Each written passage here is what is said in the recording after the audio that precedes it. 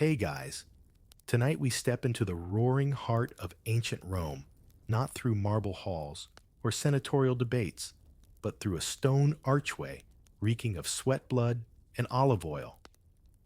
You're standing at the edge of the Colosseum, not as a tourist, not with a camera and a fanny pack. No, you're barefoot, half-starved, and about to become the night's entertainment. Thousands of spectators chant above your head, none of whom know your name or care to. You probably won't survive this. So before you get comfortable, take a moment to like the video and subscribe, but only if you genuinely enjoy what I do here. And hey, post your location and the local time. I love seeing where you all are tuning in from. Now dim the lights, maybe turn on a fan for that soft background hum. And let's ease into tonight's journey together. You're shuffled forward in a ragged column, surrounded by other men, some terrified, some oddly serene. Your feet slap the cobblestones with the rhythm of someone else's ceremony. Torchlight flickers off the sandstone walls, and you smell everything: the iron tang of dried blood, the acrid tang of old urine, the faint sweetness of roasted chestnuts from a vendor too jaded to look up. Rome may be the center of an empire, but tonight it's a funnel, and you're circling the drain. The crowd roars, not in your honor, but because someone else just got bisected on the sand. You can't see the body, but you feel it in the crowd's percussive stomping. A vendor shouts, "For wine," someone throws a chicken bone. It's bedlam, and you are its future. You thought gladiator fights were noble duels. That's what the poets said. But from down here it's absurd, brutal. Some fights last 10 seconds. Some are stopped mid-swing if a senator gets bored. Historians still argue whether the morning matches were deadlier than the evening spectacles. But really it depends on the crowd's mood. The louder they are, the more blood they demand. And tonight, they are ravenous. The arena itself is bigger than you imagined, nearly 5 stories tall, ringed in travertine stone and red canvas awnings. The sand below is deceptively clean. You'll learn later they rake it often, not for sanitation, but to hide the stains. The Romans were nothing if not theatrical. You pause in a staging corridor where carved graffiti reads, "Rufus was here, and the leopard cheats." A slave hands you a wooden sword, not for battle, just practice. The real one comes later, if you make it through initiation. Your opponent is a Gaul already bleeding from a training session. He smirks. You do not. The gate creaks open. Sunlight floods your eyes, and for one heartbeat, everything is still. Then the crowd sees you. Then the crowd sees you. And you are no longer a man. You are the next episode in their afternoon entertainment. Backstage, a fat official with a scroll mispronounces your name and checks it off a list. Another man in a feathered helmet slaps your back with a smile too wide. First time he asks, "Don't worry." They usually remember the screamers. You're shoved into formation with 10 others, mostly strangers. One of them, a wiry old man with mismatched sandals, mutters, "Pretend to be dead if you fall." Sometimes they skip you. He winks like it's a joke. You hope it is. And then, with the blare of a trumpet made from twisted bronze, you march out. Into the heat. Into the noise. Into the belly of the beast. Your story begins now. Whether it ends today, that's up to the gods, or the emperor, or that drunk guy in row 9 with the thumbs. What would you do if the only way to survive was to entertain the very people who enslaved you? Before you ever lift a sword, before a single cheer echoes your name, you are stripped of everything: your freedom, your past, your language, and even your name. What's left behind isn't a man. It's a product. You're marched through the outer corridors of the Colosseum, into a covered wagon, one of many being shipped to a gladiator school, or ludus. The ride is bumpy, the air heavy with the stench of 20 other bodies crammed in beside you. Some of them were soldiers once, others are captured rebels. One boy, no older than 15, keeps whispering something under his breath. A prayer, a name. You never find out. He doesn't make it past the first week. Your destination is the Ludus Magnus Rome's premier gladiator training ground, just a stone's throw from the Colosseum itself. As you step through its high wooden gates, you're greeted not with swords, but with silence. It's almost reverent here, like a temple. But the god worshipped inside isn't Mars, it's spectacle. The trainer, or lanista, emerges flanked by assistants with whips and ledgers. He looks you over like livestock, which technically you are. Under Roman law, gladiators are in fames, stripped of legal rights ranked below even the lowest citizens. You're not allowed to testify in court marry, or refuse any fight assigned to you. You belong to the ludus body and soul. Name the lanista barks. You answer. He frowns. Too long. Too foreign. He glances at the ledger. You're now Corvinus. Next. And just like that, you're renamed. It's cleaner for the fans, simpler to chant. You spend the first day being poked, weighed, measured. Your teeth are checked like a horse's. You're given a uniform brown tunic, leather belt, sandals. Not much, but better than the loincloth they gave you in transit. Meals are doled out twice daily, mostly barley beans, dried figs, and something resembling cheese, but definitely not tasting like it. Historians still argue whether this high-carb diet was meant to bulk you up for protection or simply to keep you docile and slow. The barracks are dark, windowless, and rank. Bunk beds creak with every breath. There's no privacy. The latrine is a stone trough. And if you think there's a secret gladiator spa, think again. The closest thing to luxury is the water bucket in the corner. But the school is strict about hygiene. Infections spread quickly in close quarters, and a sick gladiator is a wasted investment. Your days begin before dawn, with drills in the training yard. You run laps in full armor. You spar with wooden weapons called rudis, learning not just how to fight, but how to perform. The goal isn't to kill efficiently. It's to look good doing it. Your instructors demonstrate stances, like actors rehearsing a play. One says, if you're going to die, die with your arms wide in a grimace. The crowd loves a grimace. And then there are the mock battles. You're matched by type Myrmio versus Thraex Retiarius versus Secutor. These aren't just labels, they're entire personas. You as Corvinus are assigned the role of a Myrmio. That means heavy helmet, large rectangular shield, and a short sword. Your enemy, a Thraex, with a curved blade and a chip on his shoulder. Fights end when someone yields or collapses, but even in practice injuries happen. A dislocated shoulder, a broken jaw. One poor soul loses an eye when his opponent swings too high. The medics patch him up, sort of. He's back in training. 3 days later, depth perception be damned. There's a code among the fighters: never trust a quiet trainer, never show fear, and always sleep with your sword under the bed frame. Theft isn't common, but sabotage is. You hear rumors about foot straps sliced just enough to snap mid-fight. A few grains of sand in someone's food to wreck their gut before a match. No one talks openly about it, but the glances say enough. You learn quickly that camaraderie is earned, not assumed. A few of the older fighters nod to you when you pass.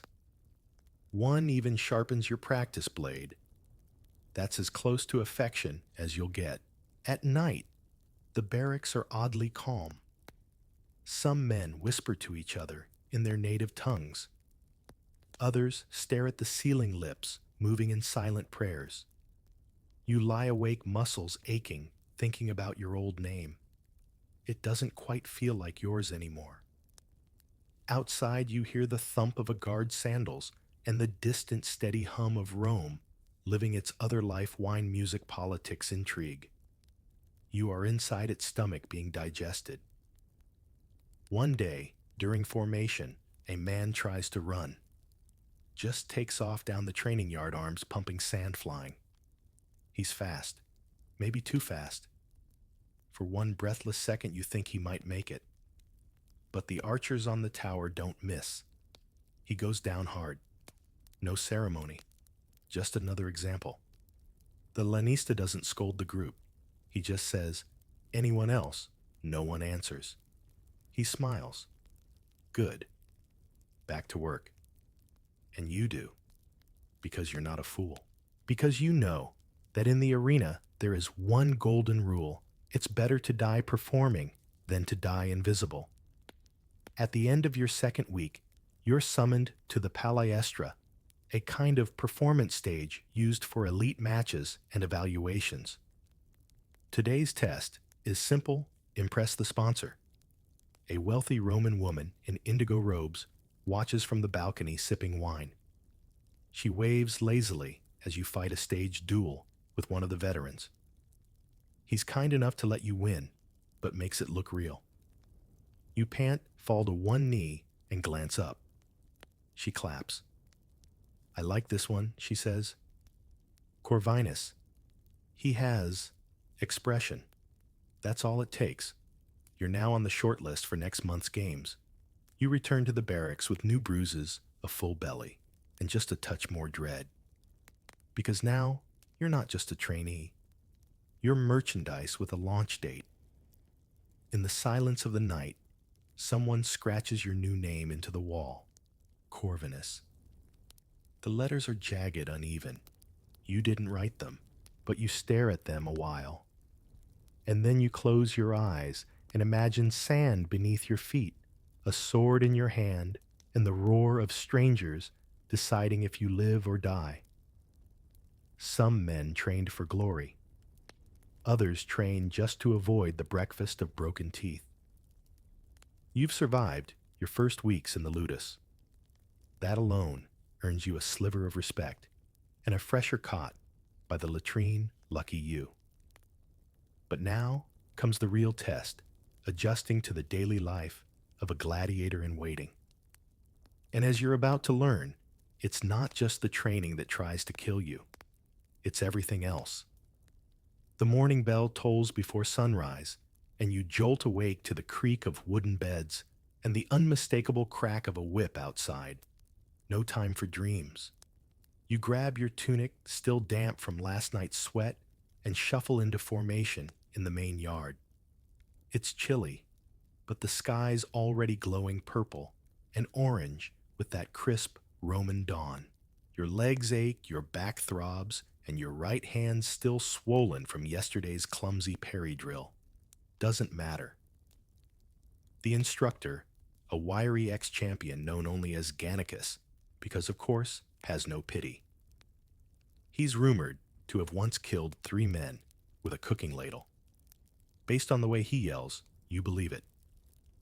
Today's first task is the sand run. Full armor. 3 laps. The sand by design is deep and uneven, an old Roman trick to mimic real arena conditions and wear you out twice as fast. Halfway through, someone vomits. Gannicus doesn't stop him. "Better out than on your opponent," he says deadpan. After the run comes shield drills. You and 20 others circle a wooden post, swinging your training blades in rhythm. 1-2 pivot scream. Again, again, again, until your shoulder burns and your voice cracks. The goal isn't just stamina, it's choreography. Gladiator fights, as you now know, are only half spontaneous. The rest is pageantry. You're not just a killer, you're a dancer with blades. There's a weird camaraderie that forms in exhaustion. By the third hour, someone passes you a dried fig mid-drill. Another whispers a joke about Gannicus's sandals being older than Jupiter. You don't laugh. You're too busy staying upright, but you nod. In here, small gestures are currency. You're assigned to a contubernum, a group of 8 men who share meals, bunk proximity, and occasionally grooming duties, depending on how rank the barracks get. There's a Gaul named Belanos, who claims he once wrestled a bear. A silent Nubian, called a tar, who moves like smoke. And Marcus, a runaway debt slave from the provinces, who tells bedtime stories about ghosts in the latrines. No one sleeps better afterward, but it's oddly comforting. Meals are basic but filling. Barley mash beans, and sometimes a boiled egg if the gods are kind. You get a watered-down wine ration, not enough to dull pain, just enough to remind you of what fun used to taste like. The kitchen slaves serve without speaking, but you overhear one whisper to another.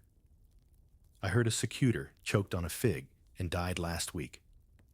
You chew more carefully after that. Bath time is communal. There's one basin, one soap brick, and too many limbs. You wash quickly, eyes forward. No one jokes here. It's the only place men let down their guards, and even then, not all the way.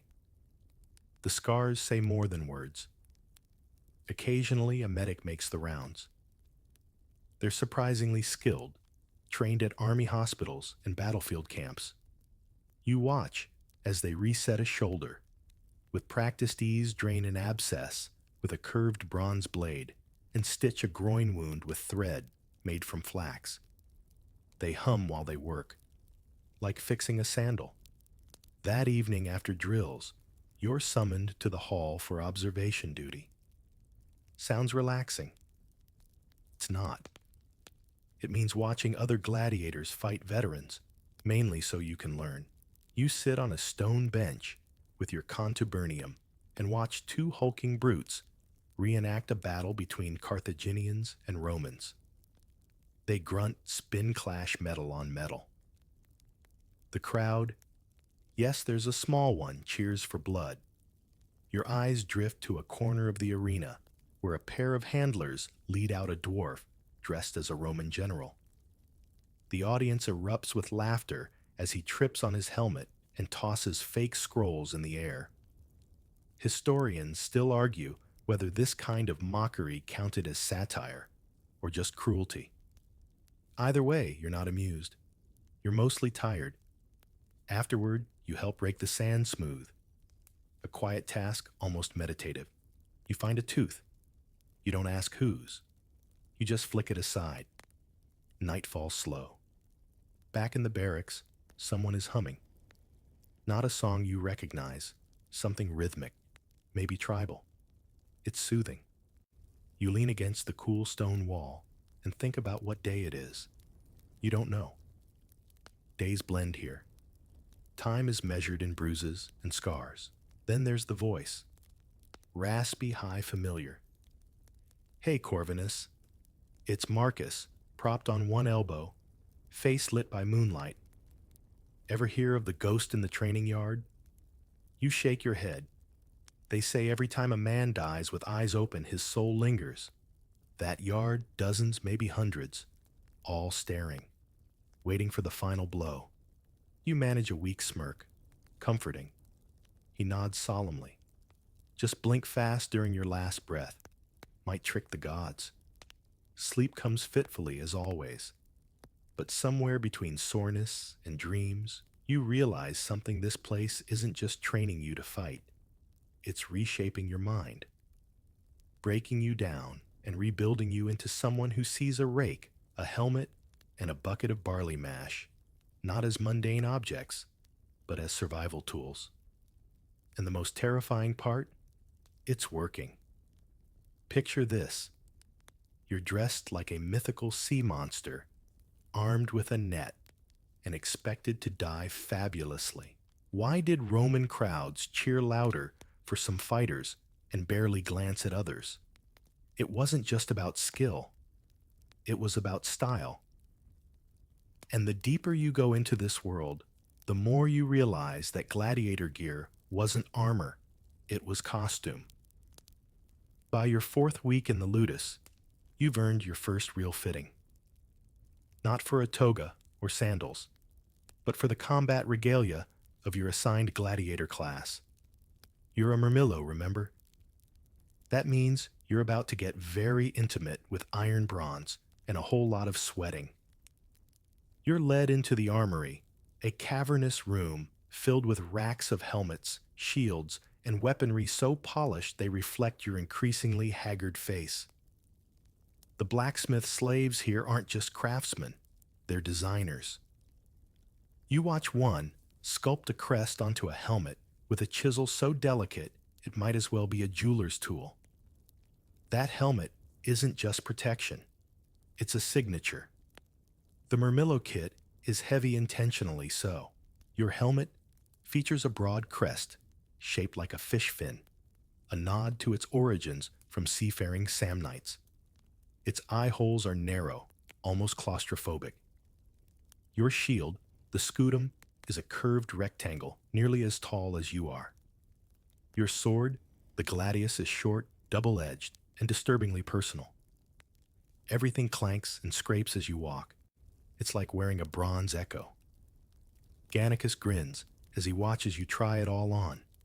Look at you, a proper Roman prop. You smirk back, but it's true. You feel less like a warrior and more like a walking poster.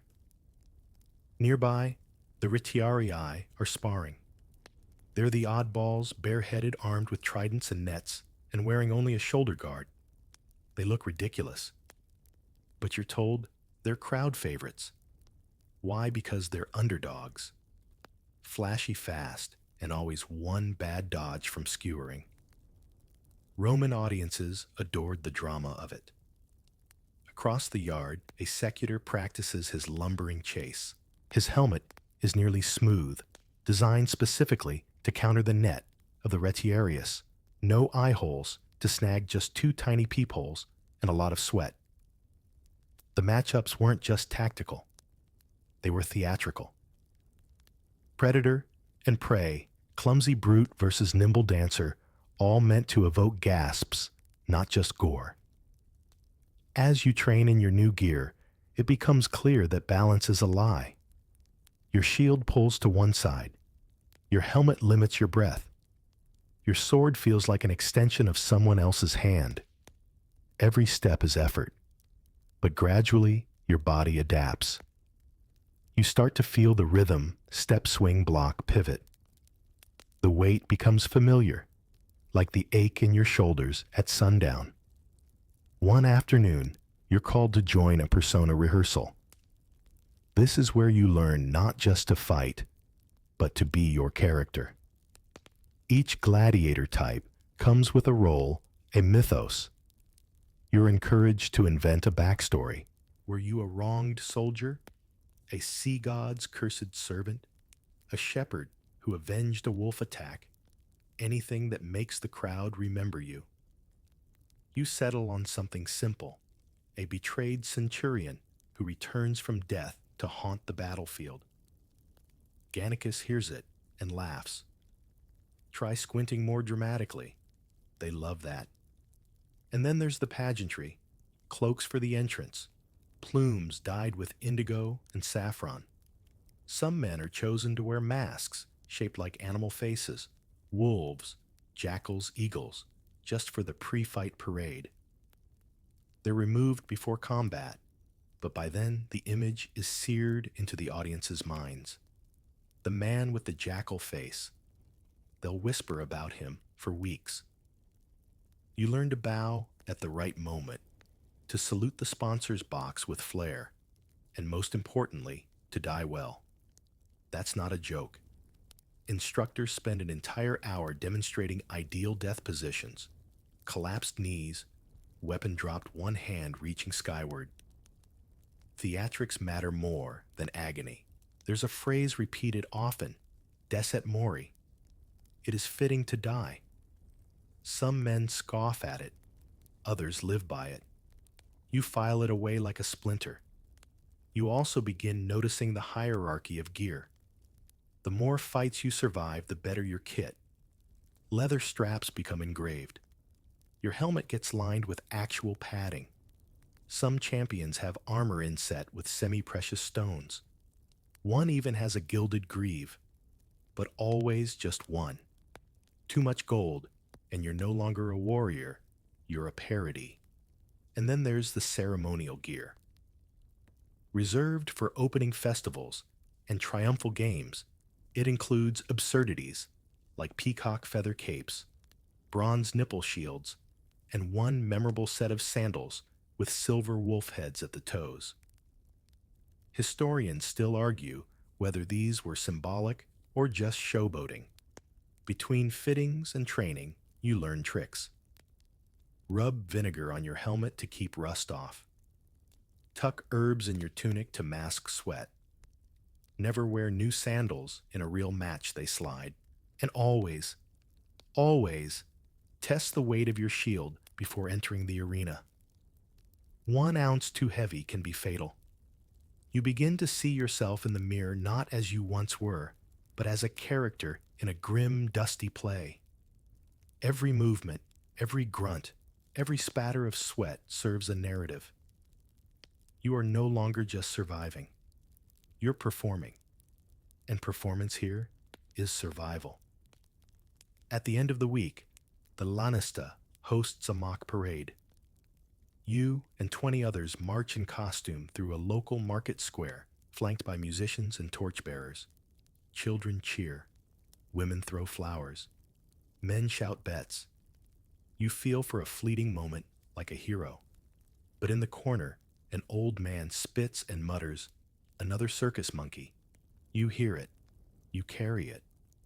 Back at the barracks, you remove your gear slowly. The straps dig into bruises. The helmet leaves a crescent dent on your brow. Your tunic sticks to your ribs with grime. You lie down on your cot and whisper your old name. It doesn't echo. Only Corvinus does now. And in your dreams, you're wearing your fish-crested helmet and saluting a crowd you can't see over and over again until you forget why you ever did anything else. Why did gladiators receive better medical care than most Roman citizens? And yet, die screaming anyway. You might expect Rome's favorite blood sport to treat its fighters as disposable. And in some ways it does. But in one area, gladiators receive bizarrely advanced attention medical care. After all, broken tools can't entertain an empire. Your first real injury isn't dramatic. It's a deep gash on your thigh from a poorly angled parry during drills. It burns, it bleeds, and for a few terrifying minutes, you imagine infection crawling in like tiny invisible scorpions. But instead of being tossed aside, you're sent limping to the valetudinarium, the Ludus's own medical wing. It's not what you expect. There are no priests waving incense, no chants to Asclepius, just 3 stern-looking men in short tunics, bronze tools, and blood under their nails. These are Medici combat doctors who specialize in keeping gladiators functional. Not comfortable, not healed, just functional. You're laid on a stone slab that smells like vinegar and stale olives. One medic examines the wound with a long pair of tweezers. "Clean cut." "Lucky," he mutters. Another pours wine over it, cheap strong, and definitely not meant for drinking. You flinch. He laughs. "Good. That means it's not gangrenous." They stitch you up with catgut thread smeared in honey and garlic paste. It stings worse than the wound itself. Historians still debate whether this mix had antibacterial properties or was just wishful seasoning. Either way, you're patched and propped on your feet within the hour. No running for a day, the medic says, unless the Lanista says otherwise. In which case, limp faster. You're surprised by the efficiency. Then you remember you're worth money. Training you took weeks. Feeding you isn't cheap. letting you die from a split shin bad business. The medic quarters are full of cases like yours. A Murmillo with cracked ribs from a fall, a retiarius nursing a dislocated shoulder, a Thraex who lost 2 fingers, now being trained to fight southpaw. The doctors do their work quickly, with minimal pain relief. Opium exists, but it's rare and rationed for fights, not practice injuries. At night, you overhear one medic mutter, "Better surgeons than the palace has." But nobody thanks us unless they walk out. You believe him. These men have calloused hands and calm voices. They speak Latin, Greek, and curse fluently in both. Some were army medics before they were bought by the ludus. Some were slaves who learned on the job. One wears a necklace of tiny bronze tools, scalpels, forceps probes. None of them wear smiles. The next day, you return for your bandage change. A small crowd has gathered around a new arrival, a champion named Fulvus, fresh from the Colosseum. He's groaning through clenched teeth as the medics extract a broken arrowhead from his thigh. Cheap archers, one mutters. Barely aim. What's the point of arms if you can't use them? Despite the pain, Fulvus grins at you. "First cut," he asks. You nod. "Won't be your last," he says. But it gets easier. You're not sure if he means the wounds or the being wounded. Some evenings, the medics host anatomy lessons for senior fighters. You sit in, once curious. They use a pig carcass, close enough to human apparently, and demonstrate how to find arteries, how to avoid bone, how to strike just below the ribs for a faster bleed. You realize that knowing how bodies break makes you a better gladiator. That knowledge stays with you. During the next spar, you target a soft spot under your opponent's arm. He yelps, drops his sword. Gannicus raises an eyebrow. Someone's been studying. You don't reply. You just nod. The medics also treat non-combat ailments, fevers, stomach bugs, mysterious rashes. One man sneezes blood for 3 days. They quarantine him behind a curtain. No one speaks of it afterward. Occasionally, a fighter gets too injured to continue. Those are the worst visits. The medics clean the wound. They stitch and bind. But behind their eyes, you see it the knowledge that this man won't fight again. And in this world, that means one of 2 fates: reassignment to slave labor or quiet disposal. There's a quiet ritual when someone doesn't return. His bunk stays empty for a night. Then it's stripped, reassigned, and scrubbed with vinegar. Life moves on, fast, but not all medical care is standard. Champions get perks, special poultices, longer rest, personal attention. You once spot a top fighter receiving a massage with oil scented like citrus, actual citrus, in Rome. That's like bathing in gold. Rumors swirl about forbidden remedies, doses of mandrake root to dull pain before a match, herbal brews that increase blood flow for more dramatic wounds. Even a tale of one fighter using ground pearl powder for divine strength. Historians still argue whether this was superstition or early performance enhancement. Probably both. But nothing beats the whispers about the resurrection salve, said to be a concoction of myrrh vinegar, crushed juniper, and something borrowed from temple rituals, applied to unconscious fighters to revive them just long enough to finish a match. No one's seen it used. Everyone knows someone who did. You start to realize that medicine in the ludus isn't just about health, it's a theater of its own, a dance of speed efficiency and ruthless pragmatism. Pain is treated not to heal, but to postpone collapse. Scars are trophies. Limping means you're still alive. Late one evening, you help carry an injured fighter back from drills. His leg bends the wrong way. He's muttering nonsense, eyes glazed. The medic glances at him, then at you. Get water. Not too cold. He doesn't yell, doesn't panic, just moves. They set the leg, apply a poultice, and whisper something in his ear. You never hear what, but he sleeps through the night. The next morning, you see him stirring weakly, alive, bandaged, but alive. And that's when it really hits you. In this world, survival isn't just luck or skill. It's the steady hands of men who stitch death back together, quietly, expertly, and with just enough thread. What if the deadliest part of a gladiator match wasn't the blade, but the script you've trained, bled, and been fitted like a war peacock? But just as you're beginning to believe this world runs on raw survival, something unsettling becomes clear. Not every fight is what it seems. In fact, some of them are downright rehearsed. The day begins like any other, with drills bad barley mash, and someone vomiting before second bell. But by midday, the mood shifts. A small group of fighters, all veterans, are called into the palestra for a precision match.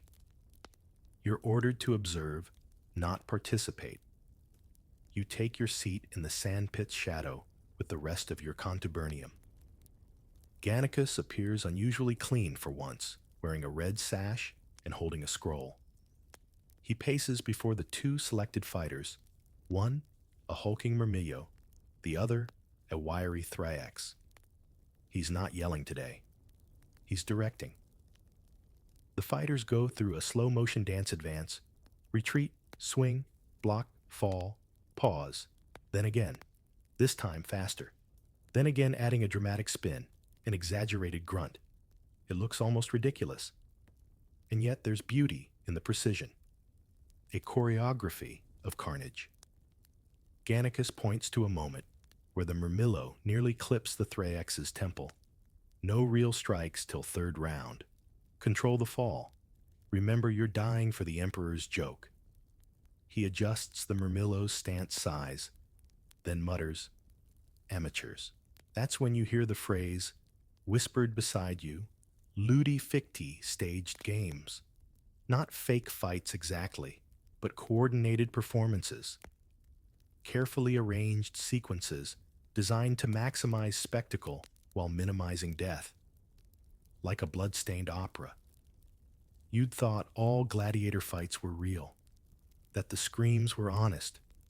But now you realize some matches are more theater than trial. And the most popular fighters, they're not just strong, they're compelling. Later over water rations, Marcus confirms it. Some of the biggest names. They never actually killed anyone, just made it look good. He stirs his fig mash like it's a secret. But one bad slip and boom, real blood. Crowd loves it even more when it's not supposed to happen. You're skeptical. Why would the crowd accept fake fights in a culture obsessed with authentic violence? Marcus shrugs. Most don't notice. The rest don't care. They came for drama, not truth. Historians still argue how widespread this practice was. Some records suggest as many as 1/3 of arena matches were partially staged, particularly in provincial cities or during festivals when sheer volume outweighed authenticity. Others claim the fights were mostly genuine, but winners were predetermined. Either way, the line between reality and performance was always blurred. The next week, you're asked to participate in your first half script. You and another trainee Attar are chosen to reenact a mythical duel between Romulus and a tribal chieftain. Your gear is modified to look archaic bronze breastplates, stylized greaves, even decorative feathers on the helmets. You're told exactly how long the fight should last, 7 minutes, which moves to include, and most crucially, how Attar will die. The Lanista walks you through it. Big gestures. Pause for the crowd. Look shocked before the final blow. He smiles. Think of it like seducing an audience. With murder, it's awkward at first. You swing too fast. Atar stumbles too early. Your helmet slips sideways. Gannicus groans. You two couldn't impress a blind mule. But with repetition, it clicks. You start to time your strikes to the imagined rhythm of applause. You parry with a flourish. Atar groans theatrically. You finish with a downward slice that misses by 2 inches, but sends him sprawling like a pro. The watching patrons cheer. A senator's wife tosses a flower. A child yells, "Do it again." Later, as you wash bloodless sweat from your face, you realize something chilling that felt good. Too good. The praise, the applause, it scratches an itch you didn't know you had. And now you understand the veteran's grins. This isn't just survival, it's power. Still, not all matches are staged. Many are very real. And the danger lies in not knowing which you're walking into. Some days, it's a friendly exhibition. Others, the man across from you wants out and knows killing you might earn it. There's a word for the truly unpredictable matches: sanguinis vera, true blood. No scripts, no signals, just instinct reflex and the whims of fate. You train for both. That means learning how to improvise within choreography, what to do if a weapon snaps, a strike lands too hard, or someone panics. Gannicus drills this mercilessly. Controlled chaos, he calls it. Like cooking with oil next to a lit torch. It's fine, until it's not. One afternoon, a retiarius missteps during a demo match and lands a real trident jab into a Murmillo's calf. The Murmillo screams, stumbles, and nearly passes out from the pain. The medics rush in, but the crowd, they erupt. Real blood, unscripted agony, best part of the week. The retiarius is punished not for the injury, but for ruining the choreography. He scrubs latrines for a month. But his name spreads. People remember it. Back in the barracks, the talk shifts. Better to be sloppy and remembered, Belenos mutters one night, than perfect and forgettable. You wonder which you'd prefer. Over time, you learn to spot the signs. When a match is scripted, the fighters warm up more casually. There's often a sponsor watching closely, sometimes giving hand gestures mid-fight. The crowd gets louder near the end, as if they sense the final pose coming. But the most important signal, eye contact. If your opponent meets your gaze, subtly nods, or adjusts their grip to match yours. You know, you're dancing, not dueling. Still, that knowledge doesn't protect you. Even a scripted match can go rogue in a heartbeat. Tempers flare. A missed cue spirals. And in that split second, the play becomes real. And someone always pays for the broken illusion. By your third staged bout, you've mastered the rhythm, the pauses, the fake wheeze, the dramatic kneel, and the slow, swooning fall that wins applause every time. You lie on the sand, pretending to die, staring up at a sun-drenched sky. And in the roar of the crowd, you feel the silence underneath. They don't care if it was fake. They only care that it felt real. She steps into the arena breastplate, glinting hair, braided like a soldier's, and the crowd erupts. Why have you never heard of her? For all the stories about ancient Rome, one figure remains shrouded in selective silence: the female gladiator. Yes, they existed. And no, they weren't a myth or stage gag.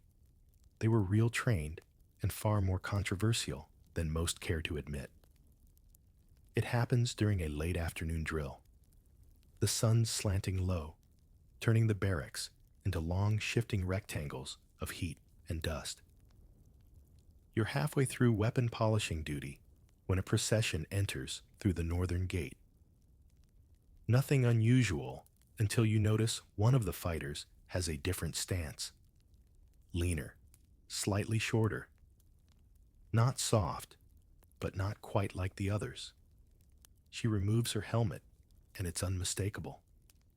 A woman, maybe 20 eyes sharp as a hawk, expression unreadable. Whispers ripple like wind across parchment. Belenos hisses through his teeth. Another gladiatrix. Been a while. Gannicus doesn't bat an eye. Eyes front. You're not special, and neither is she. But he's wrong. She is different. Not in strength, but in reception. Her name, you later learn, is Sira. Originally from Thrace. Captured, trained in a lesser ludus, now transferred here for presentation matches, essentially high spectacle duels for elite Roman clients who want something new, something exotic. You watch her train over the next few days. She's assigned Thraex gear, a curved sika, a small rectangular shield, and greaves that rise nearly to the knee.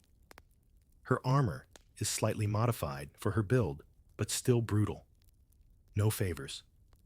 Her movements are fast, efficient. Less brute strength, more fluidity. She doesn't rely on overwhelming force, she redirects it. One moment during sparring, she flips a Murmillo flat on his back, using nothing but footwork and timing. Gannicus watches with one raised brow. Interesting, he says, and that's the closest he's come to a compliment in weeks. But Sira's presence stirs unease. The other fighters are split. Some admire her skill, others resent her.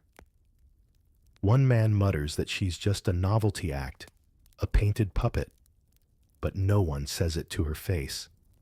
And then comes the scandal. She's scheduled to fight in the main Colosseum. Not a mock bout, not a stage act. A full match. Real stakes. You overhear the Lanista argue with the sponsor. She's not for that stage, he warns. The sponsor waves him off. Rome demands variety. If she bleeds well, she stays. You wonder, is she being elevated or used? Historians still debate the purpose of gladiatrices. Some argue they were rare ceremonial, mostly for show. Others suggest there were more than we know, their stories buried by later puritanical emperors. What's undeniable is that when women did fight, it wasn't just spectacle, it was transgression. Sira knows this. She says as much one night by the fire pit. They want me to lose prettily, she mutters, sharpening her blade. I intend to win badly. You ask her why she fights. She shrugs. Why do you? It's a fair point. The match arrives faster than expected. You're part of the escort team assigned to help prep armor and accompany her to the arena. She's quiet, methodical. When the chest plate pinches, she adjusts it herself. When the greaves slide, she tears cloth to pad them. No complaints. No prayers. The crowd's reaction is mixed. Some cheer, some jeer. One old man stands and yells, "This is a temple of Mars, not Venus." He's promptly hit in the face with a fig. Sira bows, raises her blade, and begins. Her opponent is a secutor, taller, bulkier, clearly expecting an easy win. What follows is a dance. She moves like lightning ducks under clumsy swings, scores a shallow cut across his leg, then another on his arm. Not deep, but demoralizing. The fight stretches. The secutor grows tired. She does not. Eventually, she knocks his helmet sideways with a spinning blow. He falls. The crowd screams, not just in approval, but in confusion. What did they just witness? She looks to the Emperor's box. The hand signal is made spare him. She nods and steps back. It's over. Back in the barracks, no one speaks for a while. Then Belenos mutters, "Remind me not to spar with her." You smirk. Over the next week, Sira's presence becomes normal. She drills with the rest, eats with the rest, sleeps in a partitioned corner of the barracks, not for modesty, but because someone once tried to touch her wrist and ended up with a broken finger. She's not here to seduce. She's here to win. One evening, you sit by her as she rebinds a gash on her calf. "They'll never let me retire," she says flatly, "even if I earn the Rudies. Too good a story." You want to say something comforting. You don't, because she's probably right. And that's the quiet tragedy of the gladiatrix praised in the arena, erased in the annals. Her legacy carried in whispers and guesses. But for now, in this tiny moment of dust, sweat, and firelight, she is real and undeniable. You're invited to a Roman banquet. There's roast peacock scandalous poetry, and a senator casually betting your spleen. You thought danger only lived in the sand. But tonight, it wears silk drinks, imported wine, and decides your fate with a raised eyebrow. Because in the empire of spectacle, even your internal organs are part of the entertainment. It starts with a summons delivered by a trembling servant clutching a wax-sealed scroll. You're not alone. 5 other fighters are selected, including Syra Marcus and 2 champions known more for their muscles than manners. The scroll is simple. You are cordially requested at the estate of Senator Publius Septimus. Clean attire required. Arrive impressive. Gannicus just laughs. Don't eat the oysters. The estate is massive, draped in red silk, and guarded by peacocks that strut like politicians. Slaves usher you in through marble columns to an atrium filled with incense harp music and the low hum of expensive gossip. Everything smells of citrus perfume and cooked fat. There are couches instead of chairs, cushions like clouds, and one room just for shoes. Your role: be decoration. Senator Septimus greets each of you like an uncle who's never remembered your birthday. He clasps your shoulder, calls you my tiger, and introduces you to a cluster of guests with phrases like, "Look at the arms on this one," or "She once disarmed a man midair." I swear, Syra bows so precisely it makes a governor's wife giggle. You just try not to step on any rugs. The guests ask the usual questions. Is the blood real? Do you feel pain? Can you sign my sandal? Someone asks if you've ever eaten a lion. Another bets his neighbor, 10 denarii, that Marcus has killed more than 5 men. He hasn't, but wisely stays silent. Then the games begin.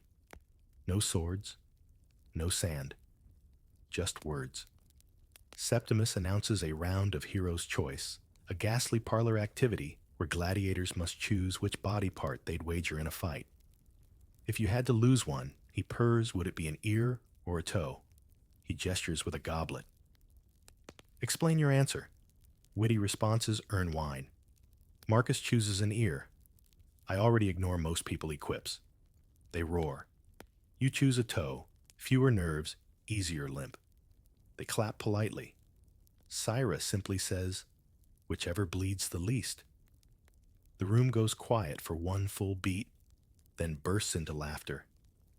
Next comes betting.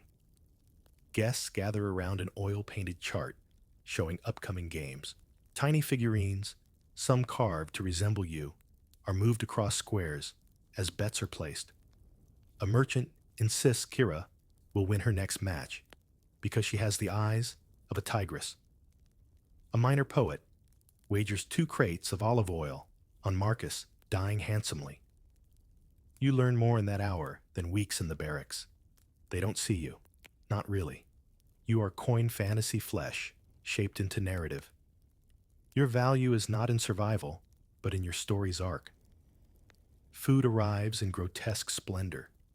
Roast dormice stuffed with almonds. Bread shaped like swords. Peacocks with tails dyed crimson.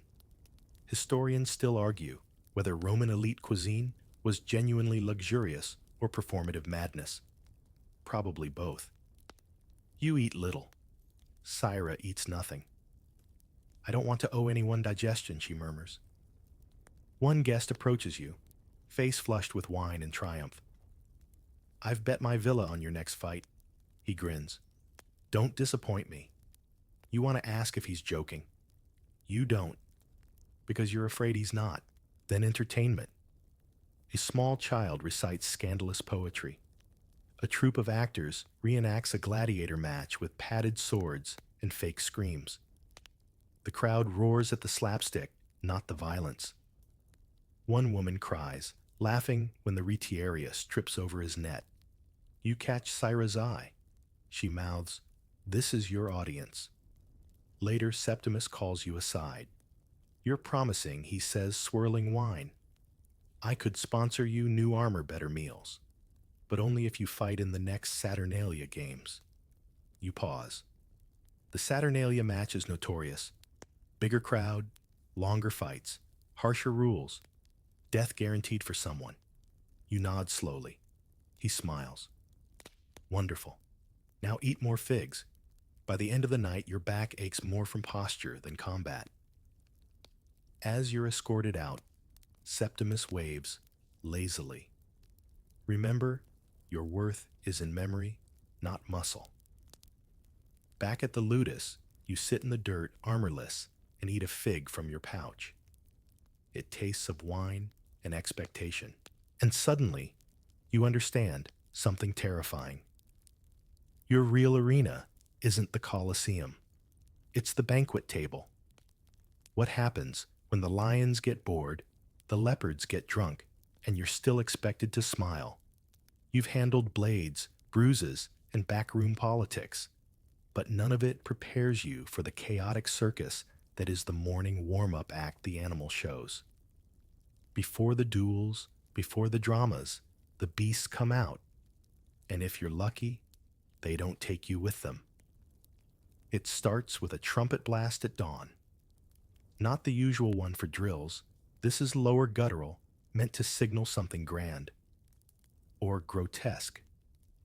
You're roused from sleep and directed bleary-eyed to a smaller arena near the main Colosseum. There, in a giant holding pen, are the animals: lions, bears, panthers, even ostriches pacing like hairy ghosts.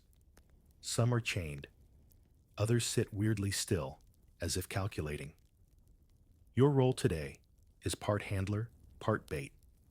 The Venacion's beast hunts aren't always lethal. Often, they're preludes to the real combat. A warm-up act with claws. And when the crowd tires of men killing each other, it's back to the animals for novelty. You meet your supervisor for the day, a former beastmaster named Hilarus, who smells of hay and unwashed ambition. Rule 1, he grunts don't run. They like that. Makes him playful. He gestures to a leopard lounging like royalty on a pile of straw. That one's named Cassius. Bit a tribune last month. Still a crowd favorite. You're handed a long pole with a padded end, basically a theatrical nudge stick. You're not here to hurt the animals. You're here to direct them. The theory is that most creatures can be coaxed into position with food movement or noise. The reality is more unpredictable. Your first task: walk a bear across a painted path while two assistants toss fish near its snout. The bear, mercifully uninterested in you, ambles forward. But halfway through, it decides to lie down and nap. "That's fine," Hilarus says. "The lazy ones live longer." Then comes the wild pig chase. 4 pigs are released into the arena, while 2 lightly armed gladiators attempt to herd them into a pen. It devolves quickly. One pig escapes into the stands. A child shrieks. A vendor drops a tray of olives. Chaos. You try not to laugh. It's the most absurd part of the job so far, and the most dangerous. Because when it's time for the big cats, everyone sobers up. You're assigned to the leopard again. Cassius. Your job: tap the metal grate gently to signal feeding time. When the door rises, he's supposed to pad out, sniff around, swipe at a dummy, then retreat. You've practiced the sequence twice with a wooden cat puppet. Not quite the same. The door creaks open. Cassius emerges sleek and slow. His eyes find you immediately. He doesn't run. He doesn't roar. He just stares. You freeze. He takes one step forward, then another. Hilarious whispers, "Now walk backward." Don't blink. You do. The leopard eventually turns toward the baited dummy and lunges. The crowd roars. He swipes shreds the straw guts and stalks off. You exhale a breath you didn't know you were holding. Later, over water and bread, you ask Hilarious if this is normal. He shrugs. Sometimes they behave. Sometimes they maul a priest. Historians still argue about how trained these animals were.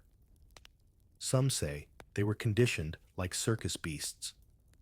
Others believe handlers relied more on luck timing and tranquilizers like wine-soaked meat or poppy tinctures slipped into meals. Either way, the illusion of control was exactly that illusion.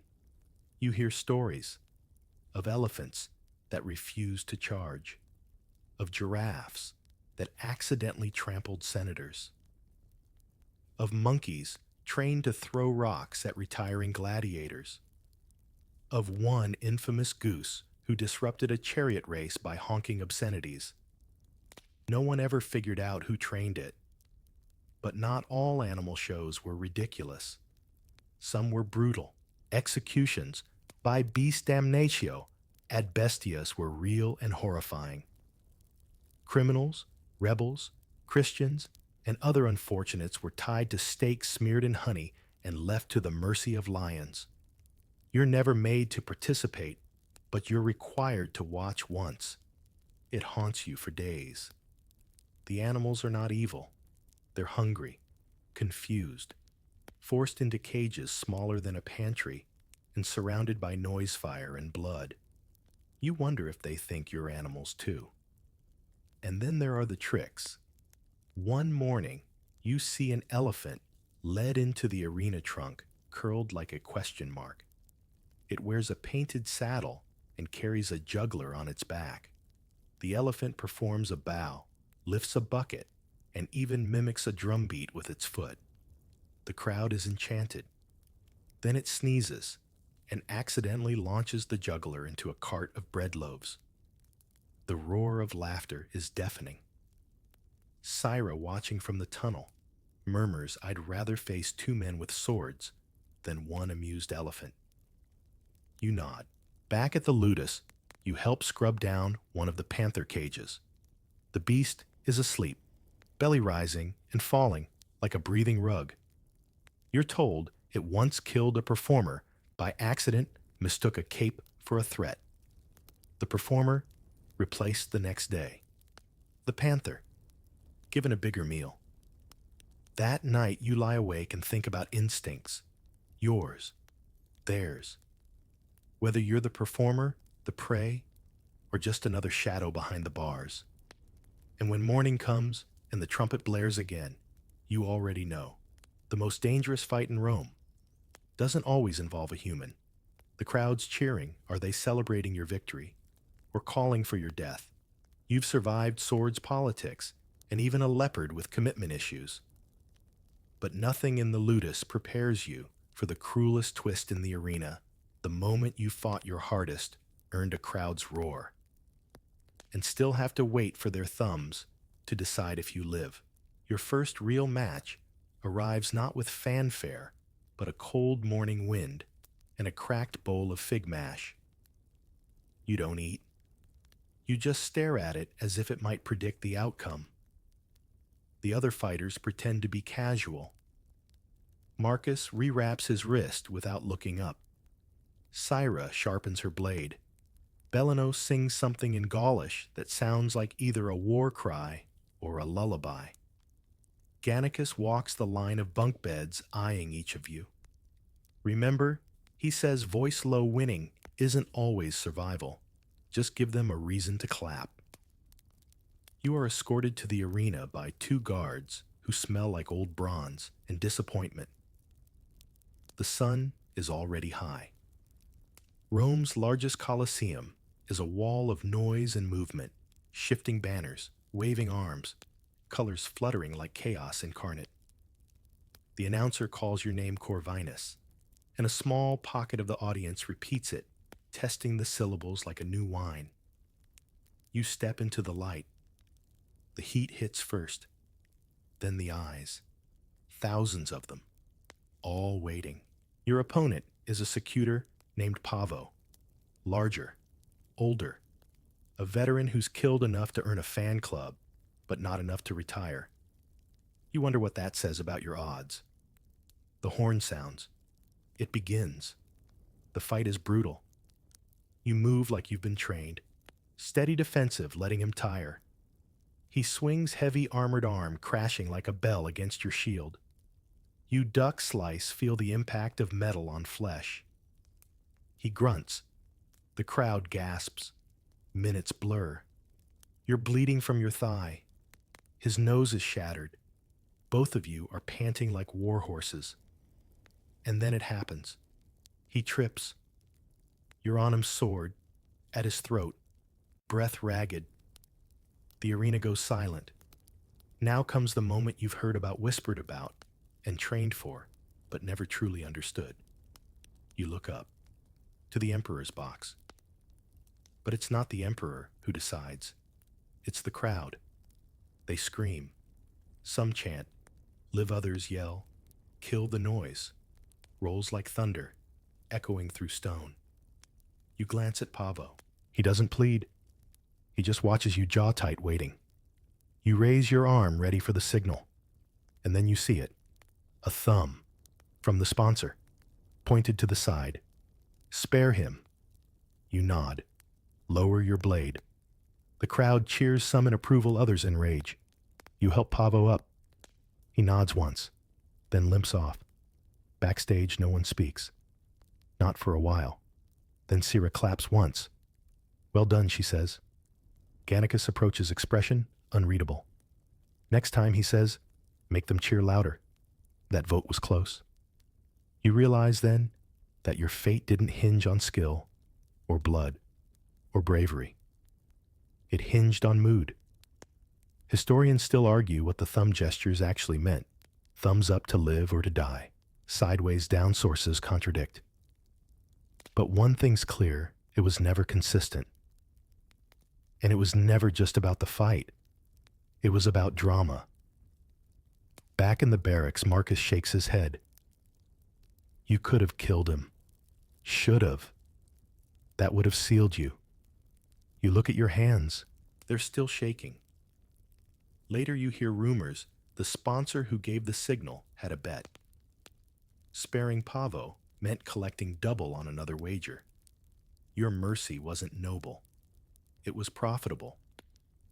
You lie awake that night, tracing scars on your forearm, listening to snores and the distant yowl of caged tigers. And you think next time they might not cheer. Next time the thumb might turn the other way, and there won't be a reason, just preference. In the arena, your life is a suggestion, and the crowd votes on whim. Ever seen your face on a clay mug, while still covered in bruises from last night's fight? You always knew the crowd didn't care about your name.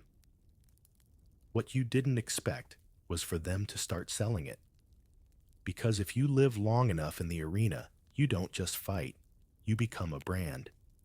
A very marketable, very exploitable brand.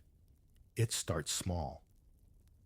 After your second match, which ends in a scrappy draw, but earns big cheers, the kitchen boy hands you a clay token, roughly molded, vaguely face-shaped and stamped with a crude C. He grins. It's you. You squint at it. Me, yeah, Corvinus. People like the way you shout.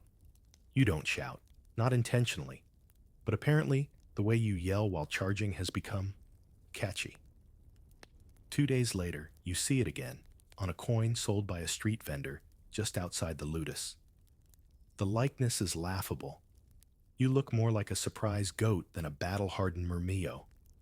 But your name is there, and someone's buying it. From there, it snowballs. Your name appears scratched on wall frescoes. Misspelled chants echo in the alleyways. Corvinus.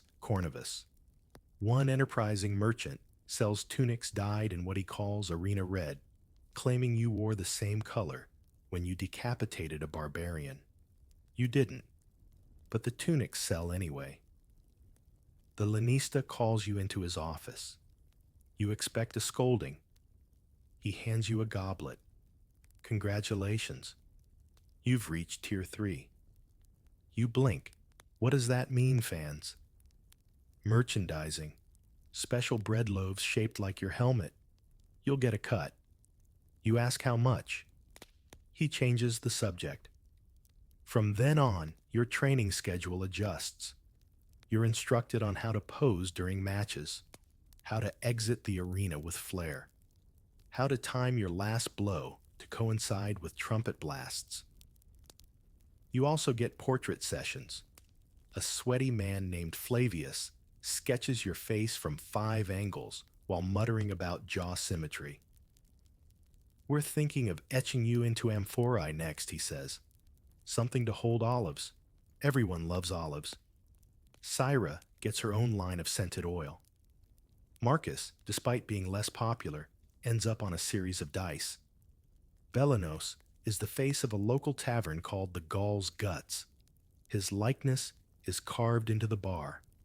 There are perks, better meals, a warmer blanket, even private use of the latrine once a week. But it comes with a price. You're no longer just a fighter. You're a product. Gannicus starts referring to you sarcastically as the golden calf. Every time someone asks for your autograph, he rolls his eyes. At first, the attention feels flattering. Then it feels exhausting. You're asked to perform mock sword swings at parties, to recite lines you never said. At one banquet, a drunken senator slaps your back and asks if you're available for birthday duels. Just a scratch or two, nothing fatal. You smile. You nod. You picture throwing him into a brazier. But the worst comes when a boy barely 9 approaches the Ludus gates, holding a helmet made of painted wood. "Can you sign this?" he whispers. His mother beams behind him. You hesitate. Then take the charcoal stick and scribble your name. That night, you fight a real match. You win. But your opponent, an elderly veteran named Lucius, falls awkwardly and doesn't rise. The medics rush in. The crowd cheers. Backstage, as you strip your gear, someone shows you a clay figurine just released that afternoon. It's you in your famous victory pose, smiling. The irony tastes bitter. Historians still debate the extent of Gladiator commercialization. We know they endorsed products, that their names sold oil tunics, snacks, even fragrances. Some became folk heroes. Others faded into kitsch. You're somewhere in between. One evening, Syra passes you a mug with your face on it. "I bought it," she says. "Thought you'd find it funny." You stare at it. Your face forever mid-roar, molded into cheap terracotta. "It's not you, murmur." She nods. "Exactly. Even the barracks aren't immune." Someone scrawls, "Corvinus sleeps with his helmet above your cot." You don't erase it, because maybe it's true. Your fame becomes its own armor, one that doesn't protect, but deflects. People treat you like you matter, but only because they bought a part of you. And when they get bored, they'll sell that part at a discount. You lie awake that night, the mug sitting beside your bed, and wonder what's worse: being unknown and disposable, or famous and still a slave. If the gates were left open just 1 second too long, would you run? There are whispers in the barracks, hushed, nervous, often cut short when footsteps echo too close. They speak of tunnels beneath the ludus of corrupt guards, with empty purses of rope ladders and moonless nights. They speak of escape, Not because anyone expects to succeed, but because imagining it makes captivity slightly more bearable. It starts with a rumor a Thracian named Attilios supposedly slipped past the night guard last week. No one saw him leave. No one's seen him since. Half the fighters say he made it to Ostia and boarded a grain ship to Carthage. The other half believe his body is buried under the practice yard. Gannicus rolls his eyes. If you're going to vanish, don't do it while still wearing your arena greaves. Idiot probably drowned before breakfast. Still the story spreads. And like most forbidden things, it grows with every retelling. Suddenly, Attilios had help. Then he had a map. Then he bribed a guard with a ruby the size of a date. Then he flew off on a golden eagle. You stop listening after that. But the idea has roots now. Even Syra, normally unshakable, leans against the wall one night and says, "If I had 1 hour and no eyes on me," you don't ask how she'd do it. You just nod. Because now you're wondering too. Escape in Rome is less an act and more a gamble with incredibly cruel odds. The ludus is designed for security high walls, locked gates, rotating watchmen. The city outside is no safer if caught, you're not returned. You're executed, publicly, often by beast. And yet every so often someone tries. You start watching the guards, noticing patterns. Which ones drink too much? Which ones nod off during patrol? You track the meal carts, how often they roll in and out, which way the horses face. You count the steps between your cell and the armory. You start to calculate. One afternoon, a kitchen slave slips a note into your hand. It's barely legible, smudged with olive oil, and written in the shorthand only slaves use. 3 nights. North Gate. Bring rope. You don't sleep for 2 days. You tell no one, not even Marcus, not even Syra.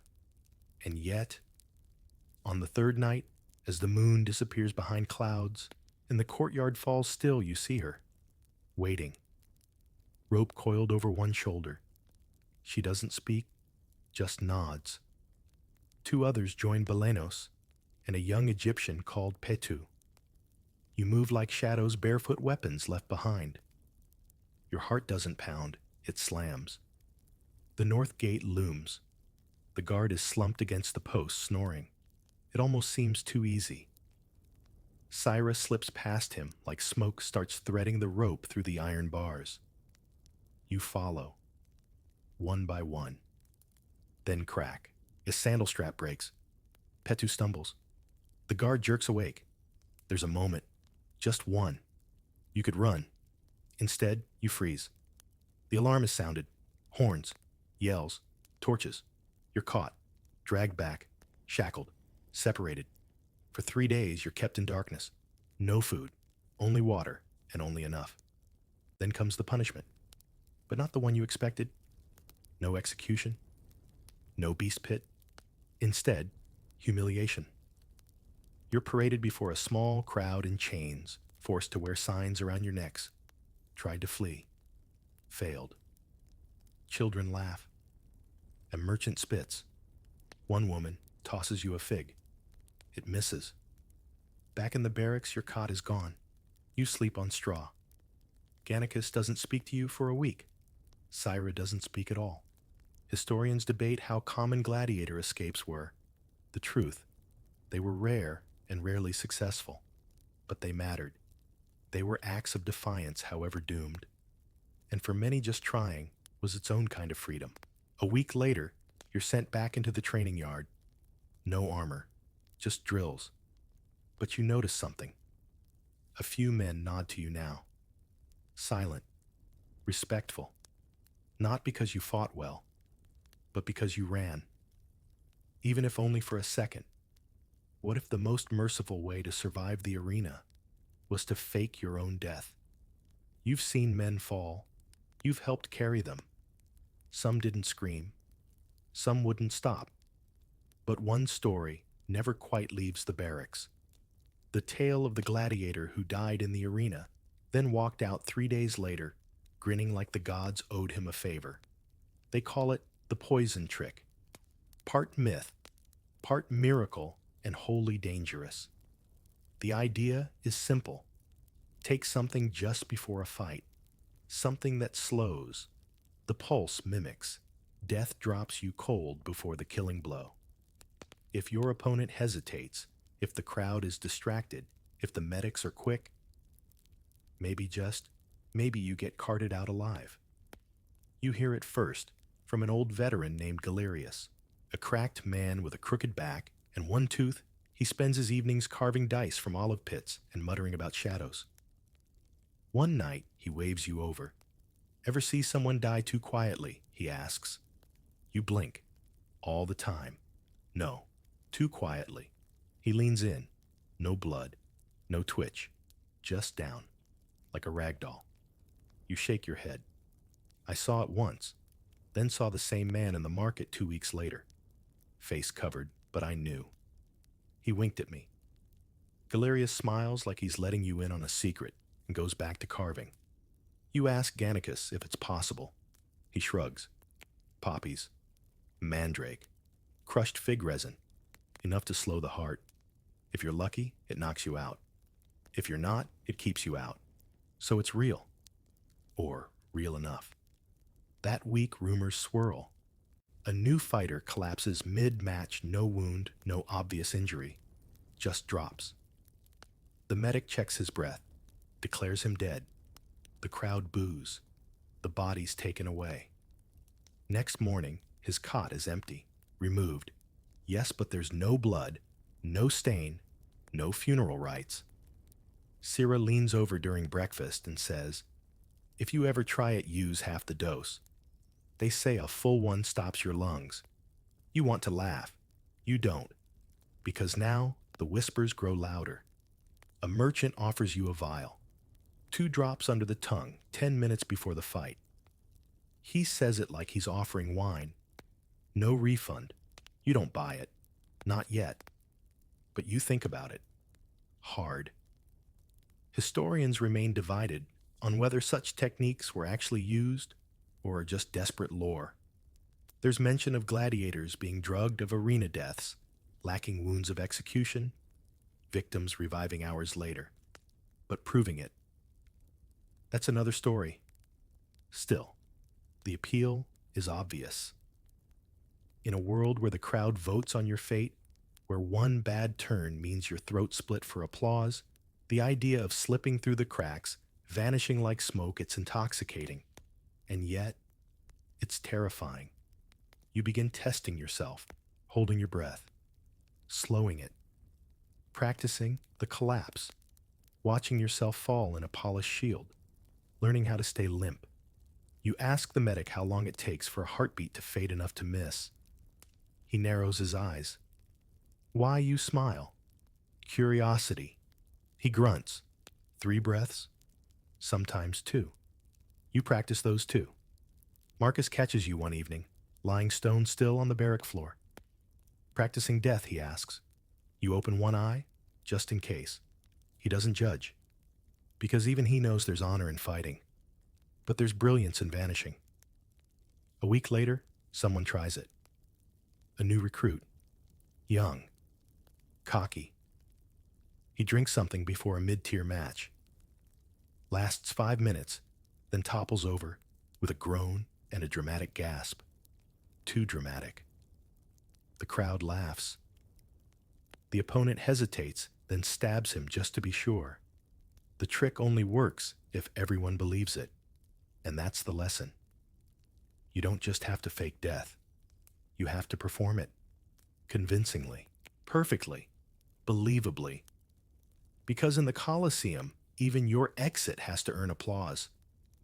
After sunset, the sand shifts. And some say you can still hear them whispering. Who the ones who never left? You've grown used to noise, cheers, screams, clangs of metal. But what unsettles you most aren't the living sounds of the arena.